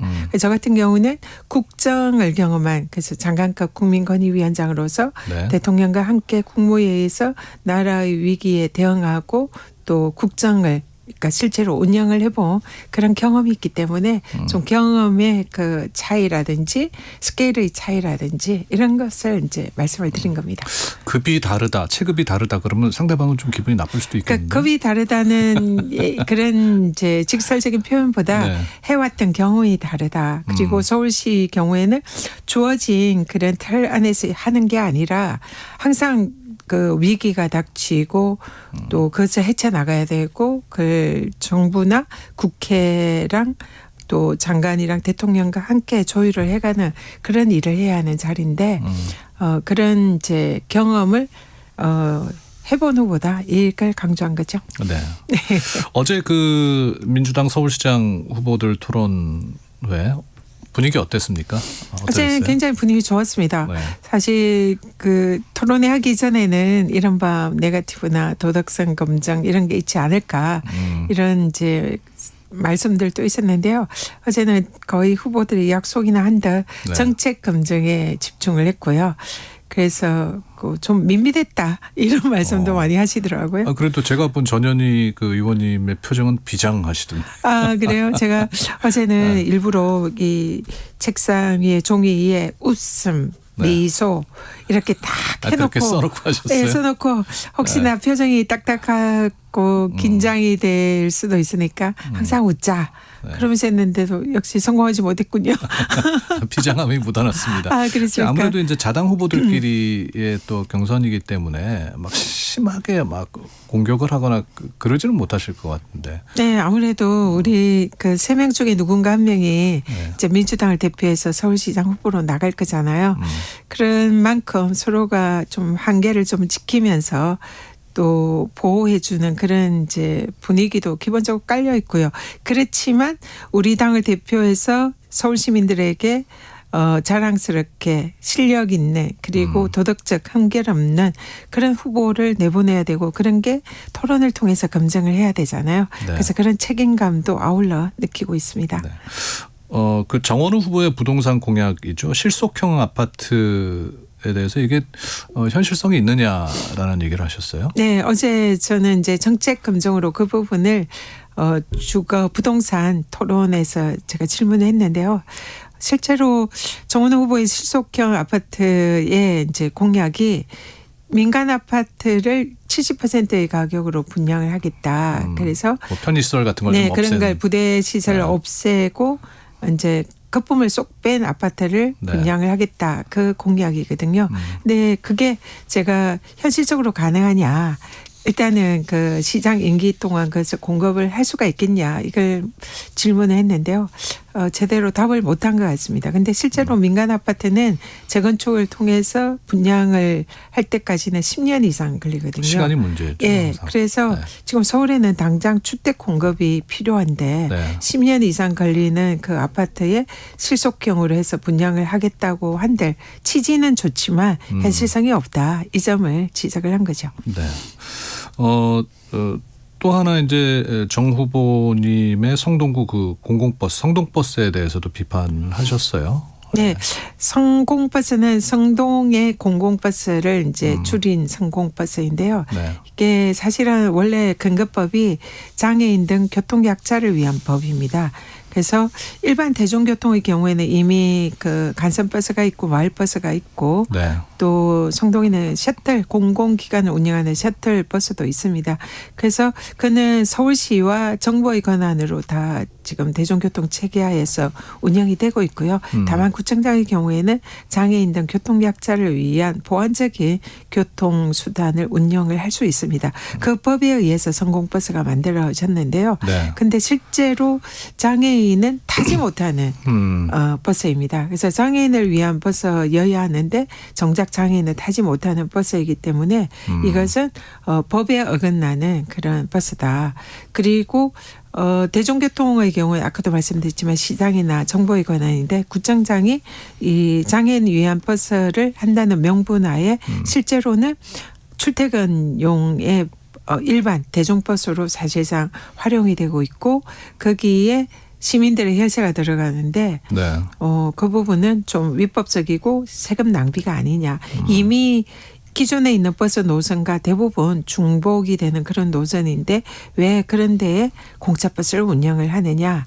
그리고 이걸 서울 전역으로 확대하면은 불법적인 버스에 이 예산이 수백억 들어가는 선심성 행정이 아니냐. 이 부분을 지적을 했습니다. 얼핏 들었을 때 취지는 좋아 보이는데. 취지는 좋죠. 네.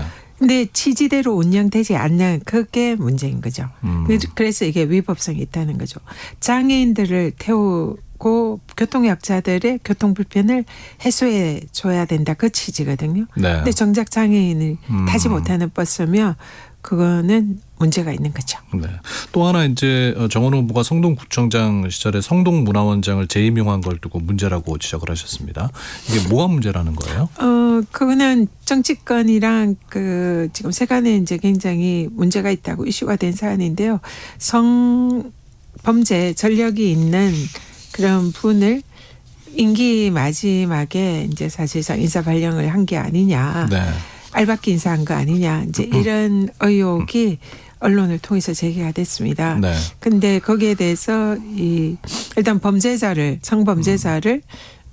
성범죄자 전력이 있는 분을 그렇게 임명한 게 그는 좀 문제다 이런 취지인데요. 근데 거기에 대해서 이제 정원호 후보는 구청장이 한 거 아니다. 그는 서울시에 물어봐라 이렇게 이제 대응을 하셨어요. 근데 이 부분은 좀 적절하지 않았다 생각합니다. 좀 무책임하다 이런 생각이 들고요. 왜냐하면 그 성동문화원의 경우에는 그동안 성동구청과 오랫동안 협력을 하면서 일을 해왔던 구청과 굉장히 밀접한 기관입니다. 그래서 네. 그 기관장을 임명할 때는 당연히 성동구에서 어떤 역할을 했을 것이다. 이렇게 다들 지역에서 알고 있고요. 실제로 서울시에서도 그 구청장이 사실상 그 임명한 거 아니냐. 서울시에서 그 성동문화원장을 임명했다는 거 어불성설이다 이렇게 그러니까 성명까지 냈더라고요. 적극적으로 살폈어야 한다. 네, 그래서 구청장이 사실상 책임으로 볼 수 있는데 서울시의 책임을 떠넘기고 오세훈 시장한테 물어봐라 이런 건 좀 무책임한 거 아니냐 이런 지적을 한 겁니다. 네. 어제 이제 국민의힘 김재섭 의원이 이런 의혹을 제기를 했습니다. 정원호 후보에 네. 관해서 성동구청장 재임 중에 이제 여성 공무원과 멕시코 휴양지 출장을 다녀왔다. 근데 관련 문서에는 해당 직원의 성별이 남성으로 표기돼 있다라는 의혹 제기를 했는데 여기에 대해서는 어떻게 보십니까?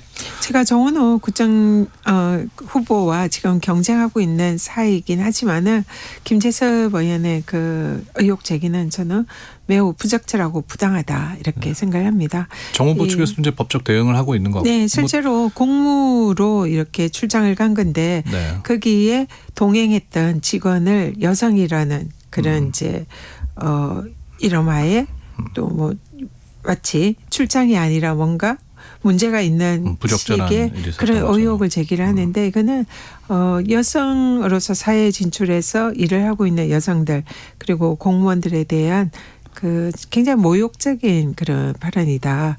그렇게 생각이 들고요. 사실관계도 정확하지 않고 그냥 아니면 말고식의 부당한 정치 공세형 이런 그 네거티브는 좀 굉장히 지양해야 하지 않을까. 네. 문제가 있다 이렇게 생각합니다. 그 뭐 정확한 사실은 살펴봐야겠습니다만 이제 같이 출장 간 사람이 여성 공무원이라는 거에 대한 문제를 지적한 것도 네. 또 아니 지금 논란이 될 수 있는 그렇죠. 거예요. 지금 공무원들이 여성도 있고 남성도 있고 그런 이제 국외 출장에 여성이 동행할 수도 있고 남성이 동행할 수도 있고 근데 거기에 대해서 여성이 갔다. 이런 식으로 하면서 뭔가 부적절한 관계가 아니냐는 이런 의혹 제기를 하는 것은 그것 자체가 매우 부적절하다는 거죠. 세상에 지금 열심히 살아가고 있는 많은 여성 직장인들에 대한 모욕이고 명예훼손이 아닐까 그런 생각을 합니다. 네. 민주당에서도 뭐 당 차원에서 법적 대응한다고 그러던데 그 부분에 대해서는 우리 당의 후보에 대한 보호는 당 입장에서 당연히 해야 할 일이 아닌가 그런 생각을 합니다. 네. 정원호 후보에 대해서는 이제 뭐 명심이 들어간 명픽 후보다라는 뭐 얘기가 많이 나왔는데 보니까 우리 전현희 의원님께서도 굉장히 나도 대통령과 가깝고 명심을 잘 아는 후보다라고 말씀을 하시더라고요. 정원호 후보는 이제 대통령님의 칭찬을 한 번 받은 후보고요. 네. 저는 칭찬을 여러 번 받았고 네. 그게 이제 언론에 이렇게 기사로 나지는 않았지만 어떤 칭찬을 받으셨습니까? 일단 대통령님과 저는 이제 좀 뭐 아주 오래된 인연이 있습니다. 국민권익위원장 때부터 제가 경기도지사 시절에 함께 반부패 또 업무 협약을 맺으면서 공직자의 청년과 국민 권익을 위한 그런 업무를 함께했던 그런 인연도 있고요. 그리고 제가 국민권익위원장을 그만두고 백수일 때 우리 이재명 당대표 시절 당시에 테러를 당한 직후였는데 네. 당대표 테러대책위원회를 만들어서 그것을 하기 위한 위원장을 당에서 여러 현직 의원들 훌륭하신 분을 추천을 다 받았지만 대표께서 그분들 말고 전현희 전 위원장을 임명을 하고 싶다. 이래서 저를 직접 불러서 저에게 임명장을 주시면서 당신의 생명까지 그렇게 위협할 만한 그런 중요한 사안에 대해서 당신을 지켜달라 하면서 저에게 그 역할을 직접 주셨어요. 저는 그게 본인의 가장 중요한 생명과도 관련되어 있는 이런 사안에서 본인을 지켜달라는 그 역할을 저한테 맡겨주신 거, 이건 너무 누구도 대체할 수 없는 그런 명픽이 아닌가, 확실한 명픽이다. 그리고 또 당대표로서 제가 최고위원으로서 오랜 기간 함께하면서 네. 또 그 사이에 얼마나 많은 대화와 공감대를 나눴겠습니까?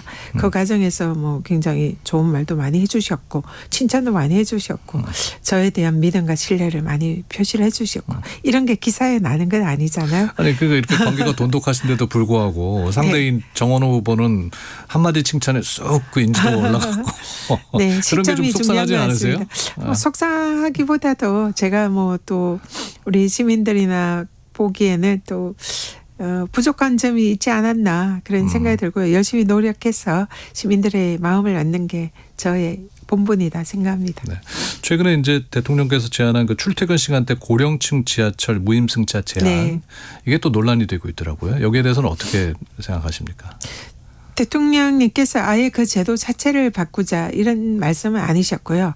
지금 중동 전쟁 때문에 비상 상황이니까. 네, 그래서 유가가 계속 치솟으면서 지금 기름을 아껴야 되잖아요. 그러니까 자가용 운전을 좀 대중교통으로 전환을 시민들에게 자발적 참여를 이제 유도를 하고 싶으신데 그러면 지하철에 출퇴근하는 이런 많은 분들이 몰리면 자연히 굉장히 혼잡해질 수밖에 없지 않습니까? 그러니까 어르신들이 이 출퇴근 시간대는 조금 직장인들을 위해서 양보를 좀 주시면 어떨까 이런 이제 고육지책에서 그런 말씀을 해주신 거다 생각하고요. 이 부분에 관해서는 국가적 위기에 동참을 한다는 그런 차원에서 많은 어르신들도 공감을 하실 거다 생각합니다. 다만 거기에서 중요한 것은 출퇴근 시간을 운행하는 지금 한 8.3% 정도가 어르신들이 출퇴근 시간에 이제 지하철을 네, 운영을 하거든요. 근데 그 중에서 이제 생업을 하시는 분들이 좀 많이 계신 거죠. 그래서 그분들을 위한 배려는 필요하다. 그래서 제가 어제 토론에서 출퇴근 시간에 이용하는 고령자들 중에서 생업을 위해서 일하시는 분들에게는 좀 그분들만의 특별한 교통카드를 지급을 한다든지 해서 여전히 이 무상교통 혜택을 누리게 했으면 좋겠다. 이런 보완책을 말씀드렸습니다. 네, 그런 부분들도 좀 세심하게 살필 필요가 있을 것 같습니다. 오세훈 현 서울시장은 어떻게 평가하세요? 오세훈 시장이 지금 서울시장 굉장히 오래 했잖아요. 네. 이번에 이제 5선째 도전을 하는데 오래 한 게 잘못은 아니지 않습니까? 올해는 그렇죠. 잘 하면은 그러니까 잘 하시면 정말 좋죠. 근데 그렇게 오래 하는 동안 과연 서울을 위해서 어떤 일을 하셨는지 무엇을 바꿨는지 이런 게 잘 떠오르지가 않습니다. 그리고 생각나는 게 이 한강, 세빛둥둥섬 또 한강버스 또 지금 최근에 만들려는 감사의 정원 또 서울링 뭐 이런 걸 만드신다고 하는데 거의 대부분 기억나는 거는 이 전시성 행정. 저는 오세훈의 겉멋 정치 이렇게 표현을 하는데요. 그러니까 정작 국민들의 삶을 더 낫게 하고 행복하게 하고 시장으로서 정말 살펴야 할 그런 민생 이런 부분에서 오세훈 시장이 과연 한 것이 무엇인가 이렇게 진짜 묻지 않을 수가 없습니다. 네. 한강버스는 그러면 뭐 폐지해야 하는 겁니까? 한강버스는 지금 원래는 이제 대중교통으로 출범을 한다고 했는데 지금은 대중교통 역할은 뭐 거의 못 하고 있고요. 유람선이라든지 관광용 뭐 이런 걸로 이제 일부 사용을 하고 있는 것 같은데 그것조차도 지금 안전성이 담보가 되지 않고 있습니다. 계속 뭐 그 한강 한복판에서 배가 멈춘다든지 뭐 바닥에 걸킨다든지 아직 인명사고는 나지 않았지만 언제 그런 또 안전사고가 날지 예측하기 어려운 그런 상황에서 한강버스를 그대로 시민들에게 안전에 관한 문제를 노출시키는 것은 이건 시민에 대한 도리가 아니다 생각하고요. 제가 시장이 된다면 이 안전성이 검증되지 않고 계속 시민들의 혈세가 투여되는 이런 사업은 중단하는 것이 맞다 이렇게 생각합니다. 오세훈 시장 입장에서는 야 이건 뭐 혹시 성공할까 봐 이렇게 여당에서는 공세를 퍼붓는 거 아니냐 이런 네. 말을 합니다. 네, 이미 이 사업은 실패했습니다. 처음에 그 일반 대중교통을 대체할 출퇴근 시간대에 대중교통 수단이다. 이걸 강조하면서 이 사업을 시민들에게 선보였거든요. 근데 실제로 대중교통 역할은 뭐 아예 못하고 있잖아요. 그러니까 그것으로도 이미 실패를 했고요. 그 실패했다는 건 뭐 이용률 면에서도 그렇고 실제로 접근성 면에서도 대중교통 그렇고 수단으로 사용이 거의 안 되잖아요. 지금 잠실에서 여의도까지 이 한강버스를 이용할 때 2시간 이상 걸린다는 거 아닙니까? 근데 그 버스를 어떻게 누가 출퇴근용으로 사용을 할 수 있겠습니까? 네. 그래서 그 자체로 그 목적을 달성하지 못한 실패한 사업이다. 그래서 이게 성공할까 봐 걱정된다. 이런 오세훈 시장의 말은 어불상설이다. 이렇게 생각합니다. 이제는 그 전현희 후보님 공약을 좀 살펴봐야 네. 되겠습니다. 많은 분들이 이제 서울의 가장 큰 문제는 주택과 교통이라는 거에는 뭐 다른 이견은 없으실 것 같은데, 그래서 전 후보님께서도 이제 반의 반값 아파트 10만 호 공약을 내놓으셨습니다. 이거는 어떻게 실현 가능성이 있는 건지 좀 설명을 부탁드릴게요. 만약에 그게 현실화된다면 좋겠죠. 그럼요. 상당히 좋은 공약이잖아요. 네. 그래서 저는 공약을 그냥 헛으로 준비하지 않고요. 현실성과 구체적 계획, 재원 이 모든 것을 다 면밀히 검토하고 내놓은 공약입니다. 이 말은 그는 현실성이 있다, 가능하다. 그럼 어떻게 가능하냐? 근데 재원이나 이제 뭐 네, 부지나 그러니까요. 그런 것들이 궁금하거든요. 그렇죠. 지금 서울에 그 공공 아파트가 굉장히 많이 있는데요. 네. 그 아파트들이 대부분 30년 이상 40년 되는 그러니까 이른바 내구연한이 경과한 아파트들입니다. 민간의 경우는 이제 이미 재건축이 시작이 됐을 그런 아파트들이 서울에 약 6만 호가 있습니다. 이 공공 아파트를 전면적으로 순차적으로 재건축을 하는 거죠. 네. 재건축을 하면 그 아파트들이 지금 대부분 보면요. 강남이나 서촌 아니면 역세권에 굉장히 입지가 좋은 곳에 공공 아파트들이 많이 있습니다. 그런데 당시에 지어질 때는 40년 전에 용적률이 120% 정도로 약 12층 정도 규모로 대부분 지어졌어요. 근데 이거를 재건축을 하게 되면 용적률을 제가 시장의 권한으로 500% 정도로 상향 조정을 하려고 합니다. 네. 그러면 지금 12층 아파트가 50층 규모의 아파트가 되죠. 50층 규모의 아파트가 되면 6만 호를 지금 50층 규모 아파트로 바꾸면 한 24만 호 정도 이렇게 재건축이 되는 거죠. 그러니까 사실 10만 호보다 훨씬 더 많이 되는데 임기 내 10만 호이기 때문에 일단은 적게 이제 규모를 잡은 거예요. 그 이후에도 제가 혹시 재선하면 더 계속 추진을 할 거고요. 그리고 그러면은 재원이 어떻게 되느냐. 네. 이게 토지 임대부 아파트로 할 생각입니다. 서울의 집값이 비싼 건 토지 땅값이 비싸기 때문이잖아요. 그러니까 사실 건물값은 그렇게 비싸지 않습니다. 그런데 땅이 지금 서울시 공공의 소유잖아요. 그러니까 거기에 건물만 지어서 이것을 분양을 하게 됩니다. 대통령의 공약과 비슷하네요. 네. 그러니까 이게 기본 주택 공약과 비슷한데요. 그러면은 그 공공 아파트가 그 분양가 공개. 네. 그러니까 실제로 그 아파트를 건축하는 데 든 비용보다 거의 그 이윤을 남기지 않고 공급을 하게 되면 실제로 30평 아파트를 약 3억 원 약간 조금 늦게 공급을 할 수 있습니다. 그러면은 이게 실제로 모델이 많습니다. 성공한 모델이. 예. 제가 국회의원으로 있었던 강남 지역에도 10년 전에 이 토지 임대부 아파트로 30평을 2억 원대로 공급을 한 사례가 있고요. 지금 최근에도 마곡이나 고덕 지역에 30평대를 3억 원 조금 넘는 가격으로 분양을 실제로 했습니다. 네. 그런데 세대가 얼마 안 되죠. 근데 제가 서울시장이 되면 이거는 시장의 의지에 달려 있다고 생각하거든요. 충분히 할 수 있는데 그동안 안 한 거죠.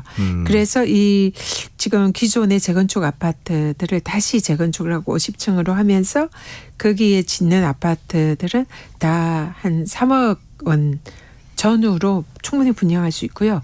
그게 그러면 재원 말씀하셨는데 분양가 원가를 따져보면요. 3억은 조금 넘게 분양을 해도 좀 남습니다. 네.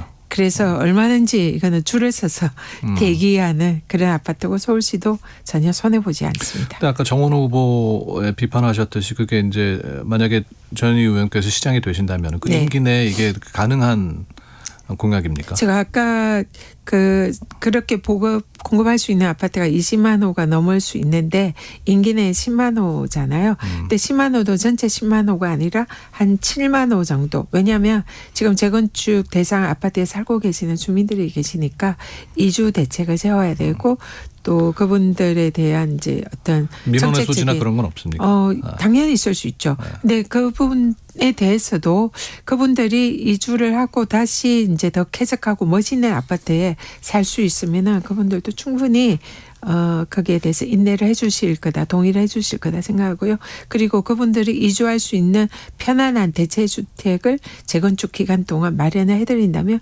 충분히 가능하다 생각합니다. 네. 그리고 또 하나 네. 이 약 10만 호 정도를 지으면 모두 분양은 아니고요.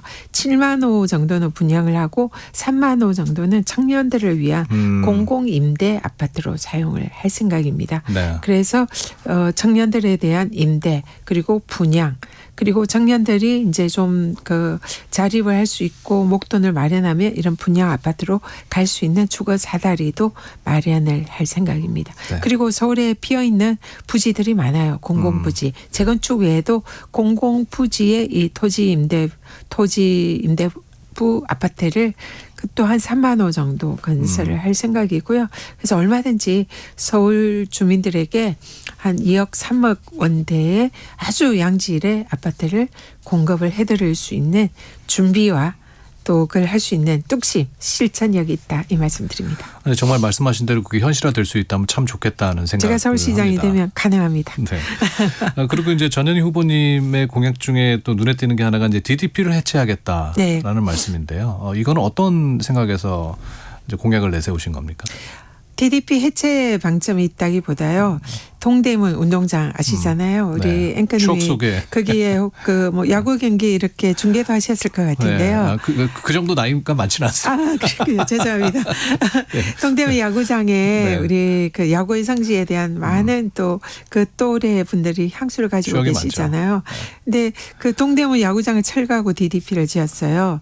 근데 물론 DDP가 지금 많은 사람들이 찾는 관광 명소라는 그렇기도 사실은 합니다. 인정을 네. 합니다. 근데 대부분 바깥에서 이 사진 찍고 가는 그런 공간으로 활용이 되지 실제로 공간 내부가 효율적이거나 주변 상권의 뭐 경제 효과를 창출하는 이런 데는 턱없이 미흡하다 이렇게 생각하고요. 근데 동대문이 어떻게 보면 강북 지역의 심장부와 같은 그런 지역입니다. 그 일대가 동대문 패션 의류 상가가 있고 광장시장, 방산시장 등 많은 시장이 있고 그 주위에 뭐 고궁이라든지 이런 이제 관광지가 모여 있고 청계천이 있고 또 광장시장에 먹거리가 있고 그 인근에 보석상가가 있고 또 서울의 가장 핵심적인 행정기관 이런 게 몰려 있는 세운상가도 있고 가장 핵심 지역이거든요. 근데 여기가 지금 굉장히 쇠락해 있습니다. 사실은 그래서 저는 이곳을 서울을 대표하는 문화 관광 산업의 메카로 만들고 싶은 거예요. 네. 그것을 하기 위한 성장 엔진이 필요한데 그것이 DDP 자리에 복합돔 아레나를 건설을 하는 거죠. 거기서 뭘 할 수 있는 겁니까? 7만석 규모의 복합돔 아레나를 건설을 하면 지금 서울에 복합돔 아레나가 없습니다. 지금 아레나가 동구장이 고척돔이 하나 있는데 16,000석 규모고 창동에 지금 건설하는 것도 18,000석 규모입니다. 예. 근데 이번에 BTS 같은 전 세계적인 K-팝 스타나 세계적인 아티스트가 공연하려면 5만석 이상 정도 규모는 되는 그런 돔이 필요하거든요. 근데 서울에 없잖아요. 그래서 해외 스타가 왔을 때 또 우리나라의 이 스타들이 여기서 서울에서 공연을 못하고 해외에 나와서 공연하지 않습니까? BTS도 이번에 강화문 광장에서 했고요. 그래서 이런 수요를 흡수할 수 있는 복합돔 아레나가 서울에 가장 필요한데 그것을 하기 위한 가장 적합한 지역이 저는 그 동대문이라 보는 거죠. 그리고 여기가 야구의 성지였던 만큼 요즘에는 기술이 발달해서 돔구장이 단추 하나 누르면 야구장으로 변신을 합니다. 그래서 동대문 야구장을 다시 살릴 수가 있고요. 그리고 무엇보다 여기에 산업의 중심이 될 수 있는데 예를 들면 BTS급 스타가 공연을 하면 한 번 공연에 지금 한국관광연구원에서 분석을 한 거에 따르면 경제 효과를 1조 2천억 창출할 수 있습니다. 네. 그러니까 이걸 한 해에 이런 스타급이 한 10번만 공연해도 와우. 최대 12조 효과, 경제 효과를 창출하는 거죠. 그리고 네. 그 인근에 아까 말씀드린 그런 패션 의류 타운이나 이런 데서 산업, 유관 산업 효과, 그리고 K-팝 팬들이 전 세계에서 몰려오면 이 관광 산업이 활성화, 이 모든 것이 사실 동대문을 중심으로 심장이 정말 그냥 쿵쾅 뛸 수 있는 그런 알겠습니다. 핵심 산업의 네. 성장 엔진이 될 수 있는 거죠. 그래서 자, 아레나를 말씀드린 겁니다. 시간이 다 돼서요. 끝으로 이제 간단하게 말씀을 좀 부탁드리겠습니다. 왜 행정가 정원호가 아니고 현직 오세훈 시장이 아닌 나를 택해야 하는가? 네. 서울 시민은 거기에 대해서 저는, 말씀 한번 해주시죠. 정치인이고요. 그리고 삼선 국회의원입니다. 정치력을 갖추었다. 그래서 국회와 정부와 함께 일할 수 있는 그런 정무 감각과 정치력을 갖춘 이 장점이 있습니다. 정원호 후보가 갖지 못한 장점이고요. 거기에 더하기 저는 행정 경험, 그중에서도 행정이 국정, 구정, 시정 이렇게 나뉜다면 저는 국가적 위기를 극복하고 국민들의 전국 국민들 대상으로 민원을 해결하고 정부와 함께 국무회의에서 일을 했던 국정 경험이 있습니다. 네. 그렇기 때문에 이 두 가지 모두를 갖춘 정치인이자 행정가, 이것을 갖춘 준비된 후보, 그래서 서울 시민들이 안 쓸 이유가 없지 않을까. 거기에다가 윤석열 정권과 맞짱 떠서 싸운 그 뚝심과 정의감, 실천력, 알겠습니다. 이것까지 덤으로 갖췄다 자부합니다. 하나 더 말씀드리면 한 번도 그동안 배출하지 못했던 여성 서울시장. 그러네요. 이번에는 한번 여성 서울시장 정말 엄마와 같이 따뜻한 마음으로 구석구석 살필 수 있는 그런 여성시장 한번 가져보지 않으시렵니까? 응원하겠습니다. 오늘 말씀 네. 고맙습니다. 네. 네. 전현희 민주당 서울시장 예비후보와 함께했습니다. 네, 감사합니다. 감사합니다. 네.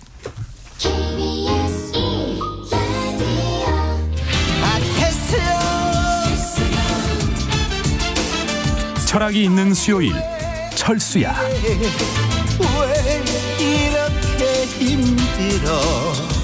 네, 철학이 있는 수요일 철수야. 오늘은 깊은 내면의 목소리에 귀를 기울여보는 시간입니다. 나혜란 정신건강의학과 전문의와 함께하겠습니다. 어서 오십시오. 네, 안녕하세요. 네, 뭐 거짓말 준비해 오셨어요? 아, 거짓말요? 저는 거짓말 못합니다. 아, 그래요? 네.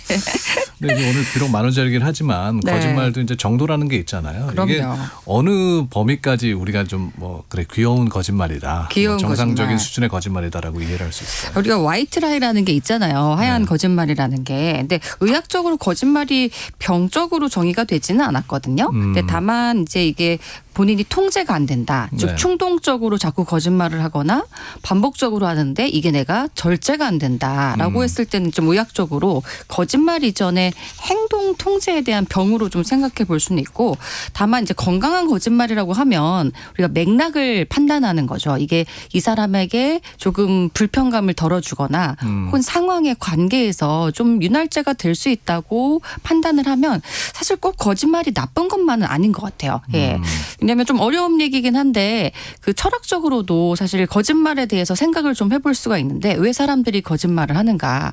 우리가 좀 아주 도덕적으로 원칙주의자였던 칸트는 거짓말 자체가 무조건 나쁜 거다. 왜냐하면 진실을 상대방에게 뺏어가니까라고 얘기를 했던 철학자였는데, 반대로 또 니체 같은 경우에는 뭐 어려운 말로 해석주의로 진실 자체가 어차피 사람들이 내가 어떤 상황을 능동적으로 해석하는 거기 때문에 거짓말이라는 건 없다라고 얘기를 했거든요. 네. 거짓말이라는 건 사실 상대적으로 상황에 따라서 좌우되는 것이기 때문에 꼭 그게 나쁜 것만 있다라고 보기는 좀 어려울 수도 있을 것 같기는 해요. 네. 근데 거짓말할 때 뇌의 변화도 있습니까? 그럼요. 사실 거짓말을 왜 할까요? 우리가 어제 뭐 당신 뭐 했어라고 했을 때 깜짝 놀라는 거를 피하려고 거짓말을 하잖아요. 네. 제가 어떤 상황을 좀 불안한 것을 회피하려고 거짓말을 하는 건데 불안하다는 거는 자기가 이제 원하지 않을 때 뇌에 어떤 편도체라는 부분이 활성화가 됩니다. 공포나 불안을 느끼면 편도체가 이 알람 반응을 주는 거죠.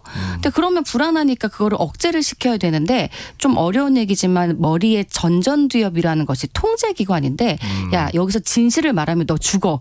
너 여기서 큰일 나라고 얘기를 하니까 자 여기서 진실을 말하지 마. 그러면 편도체의 불안이 줄어드는 거죠. 네. 이렇게 거짓말을 함으로써 개인의 불안 반응이 줄어드는 순기능도 있는 건데요. 스트레스를 줄이는. 그럼요. 네. 네, 근데 문제는 이게 반복이 되면 야 그때 거짓말하니까 불안한 거 줄었잖아. 자꾸 거짓말해라고 해서 일종의 편도체의 불안 반응 자체도 이 둔감해지기 때문에 거짓말 반복하게 되는 이런 일종의 병적인 중독에 빠질 수도 있는 거죠.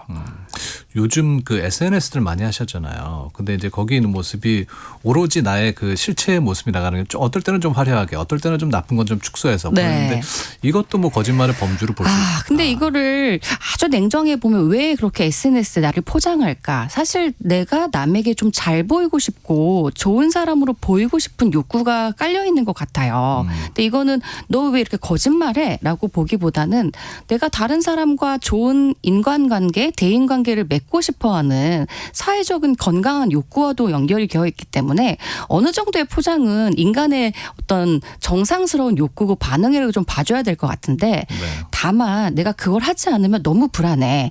그리고 거기서 남들이 나를 좋게 보지 않으면 나는 내 스스로는 존재 가치가 너무 쓸모가 없게 느껴져 라고 하는 정도의 거짓말을 한다면 문제가 좀 있다고 건강하지 못하다고 봐야 되지만 조금 포장하는 거는 잘 보이고 싶으니까 좋아하는 사람한테 잘 보이고 싶잖아요. 네. 네. 어떨 때는 보면은 제가 알던 얼굴이 아니던데. 그 정도 좀 해줄 수 있죠. 현대과학에서. 이해를 해야 되는 겁니까? 네. 그 정도는 네. 근데 이제 습관적으로 거짓말을 하는 사람들이 있단 말이죠. 아까 선생님께서도 앞서 얘기하셨지만은 이런 사람들은 어떤 심리 상태라고 봐야 할까요? 아까처럼 이 내가 거짓말을 했을 때 당장 상황을 좀 모면하는 것에 대해서 뭐 일종의 쾌감이나 편리함을 느꼈을 수도 있고요. 근데 사실 장기적으로 봤을 때는 그게 관계를 망치는 거를 알고 있을 텐데 그런 판단이 순간적으로 자꾸 떨어지는 거죠. 이게 병적으로 정말 자기 행동 통제가 안 되면 문제가 있는 거고요. 심리적으로는 사실은 이 나라든지 현실을 받아들인 어려운 말로 이제 표현하면 직면할 용기가 좀 부족한 건데 사실은 이게 자존감이 떨어지거나 나를 받아들일 용기가 적으면 사실은 어떻게든지 그냥 상황을 임시 방편으로 때우고 싶어 하는 것 같아요. 그러니까 네. 회피하기 위한 수단이 거짓말로 그렇죠. 드러나는 거고. 방어 기제가 합리화와 회피인데 사실 그게 누구나 다 우리가 사람이 알고 있거든요. 이게 잘못되고 있다는 거를. 근데 네. 그거를 직면할 용기가 부족한 거고 그거를 자존감이 좀 떨어지기 때문에 이걸 한 번은 바로 잡아야 되는데 잘 못하는 거죠 사실은. 3971님이 제 친구는 학력부터 직장까지 전부 거짓말을 하고 다녀요. 본인이 말하면서도 그게 진짜라고 믿는 것 같아 무섭기도 합니다. 이런 게 리플리 증후군인가요? 사실 리플리 증후군 얘기는 정말 많은데 의학적으로 진단명은 아닙니다. 이게 이전에 영화에서 나왔던 용어를 써서 리플리 증후군이라는 말이 있는 건데요. 굳이 이제 정신의학적으로 해석을 하자면 아까 말씀하신 것처럼 본인이 스스로 그 상황을 그렇다고 믿는 거기 때문에 아주 과하게 표현하면 망상장애에 가까운데요. 네. 이게 우리가 요즘 말하는 허언증이라는 말도 있잖아요. 예, 허언증은 말 그대로 조금 과대해서 포장하는 거거든요. 나 뭐 좀 했는데 엄청 많이 갖고 있어. 뭐 이런 식으로요. 근데 허언증의 특징은 뭐냐면 리플리 증후군과의 차이는 자기가 아닌 걸 알면서도 과대하게 포장하는 거고요. 정말 이 영화에서 나왔던 리플리 증후군은 사실 현실적으로는 많이 찾아볼 수 없는 사례이긴 한데 자기도 그 상황이 정말 사실이라고 믿는 거죠. 그러니까 이건 망상이고 현실 검증이 떨어지는 상태라고 사실 볼 수 있는 건데 사실 현실적으로 이런 병은 흔히 찾아보긴 좀 쉽지는 않습니다. 이건 이제 좀 위험하다, 치료가 필요하다라고 판단할 수 있는 신호는 어떤 것들이 있을까요? 아까 얘기 드린 것처럼 반복을 해요. 반복을 하는데 자기가 이게 아닌 걸 알면서도 통제가 안 돼요. 예, 이거는 일종의 우리가 강박증이나 그리고 충동성 장애로 봐야 되기 때문에 한번 병원에 가보시는 걸 정말 추천할 정도고요.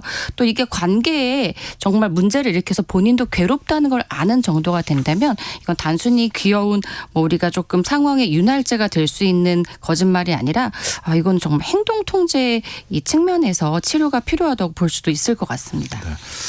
이분 질문만 받고 마무리를 해야 될 것 같습니다. 남편이 자꾸 사소한 거짓말을 반복합니다. 결국 들키게 되면 별거 아니라고 웃어넘기는데 옆에서 보는 저는 신뢰가 깨져서 괴롭습니다. 치료가 필요한 걸까요? 이거는 정말로 네, 남편과의 대화가 우선 필요할 것 같고 남편분이 왜 이렇게 반복적으로 거짓말을 하는지 한번 병원에 찾아가셔서 생각을 해보시면 좋을 것 같아요. 근데 이게 둘만의 관계에서 국한된 문제인지 아니면 남편분이 전반적인 사회생활에서 이렇게 거짓말이 통제가 안 되는지를 먼저 보는 게 중요할 것 같긴 한데요. 여튼 중요한 것은 이 관계의 신뢰가 깨질 정도면 이거는 건강한 어떤 해석을 할 수 없는 신호이기 때문에 이 부분은 상담을 좀 받아보시는 게 좋을 것 같습니다. 알겠습니다. 나혜란 선생님과 함께했습니다. 고맙습니다. 네, 감사합니다. 자, 함께해 주신 여러분 감사합니다. 여러분의 내일을 기대합니다.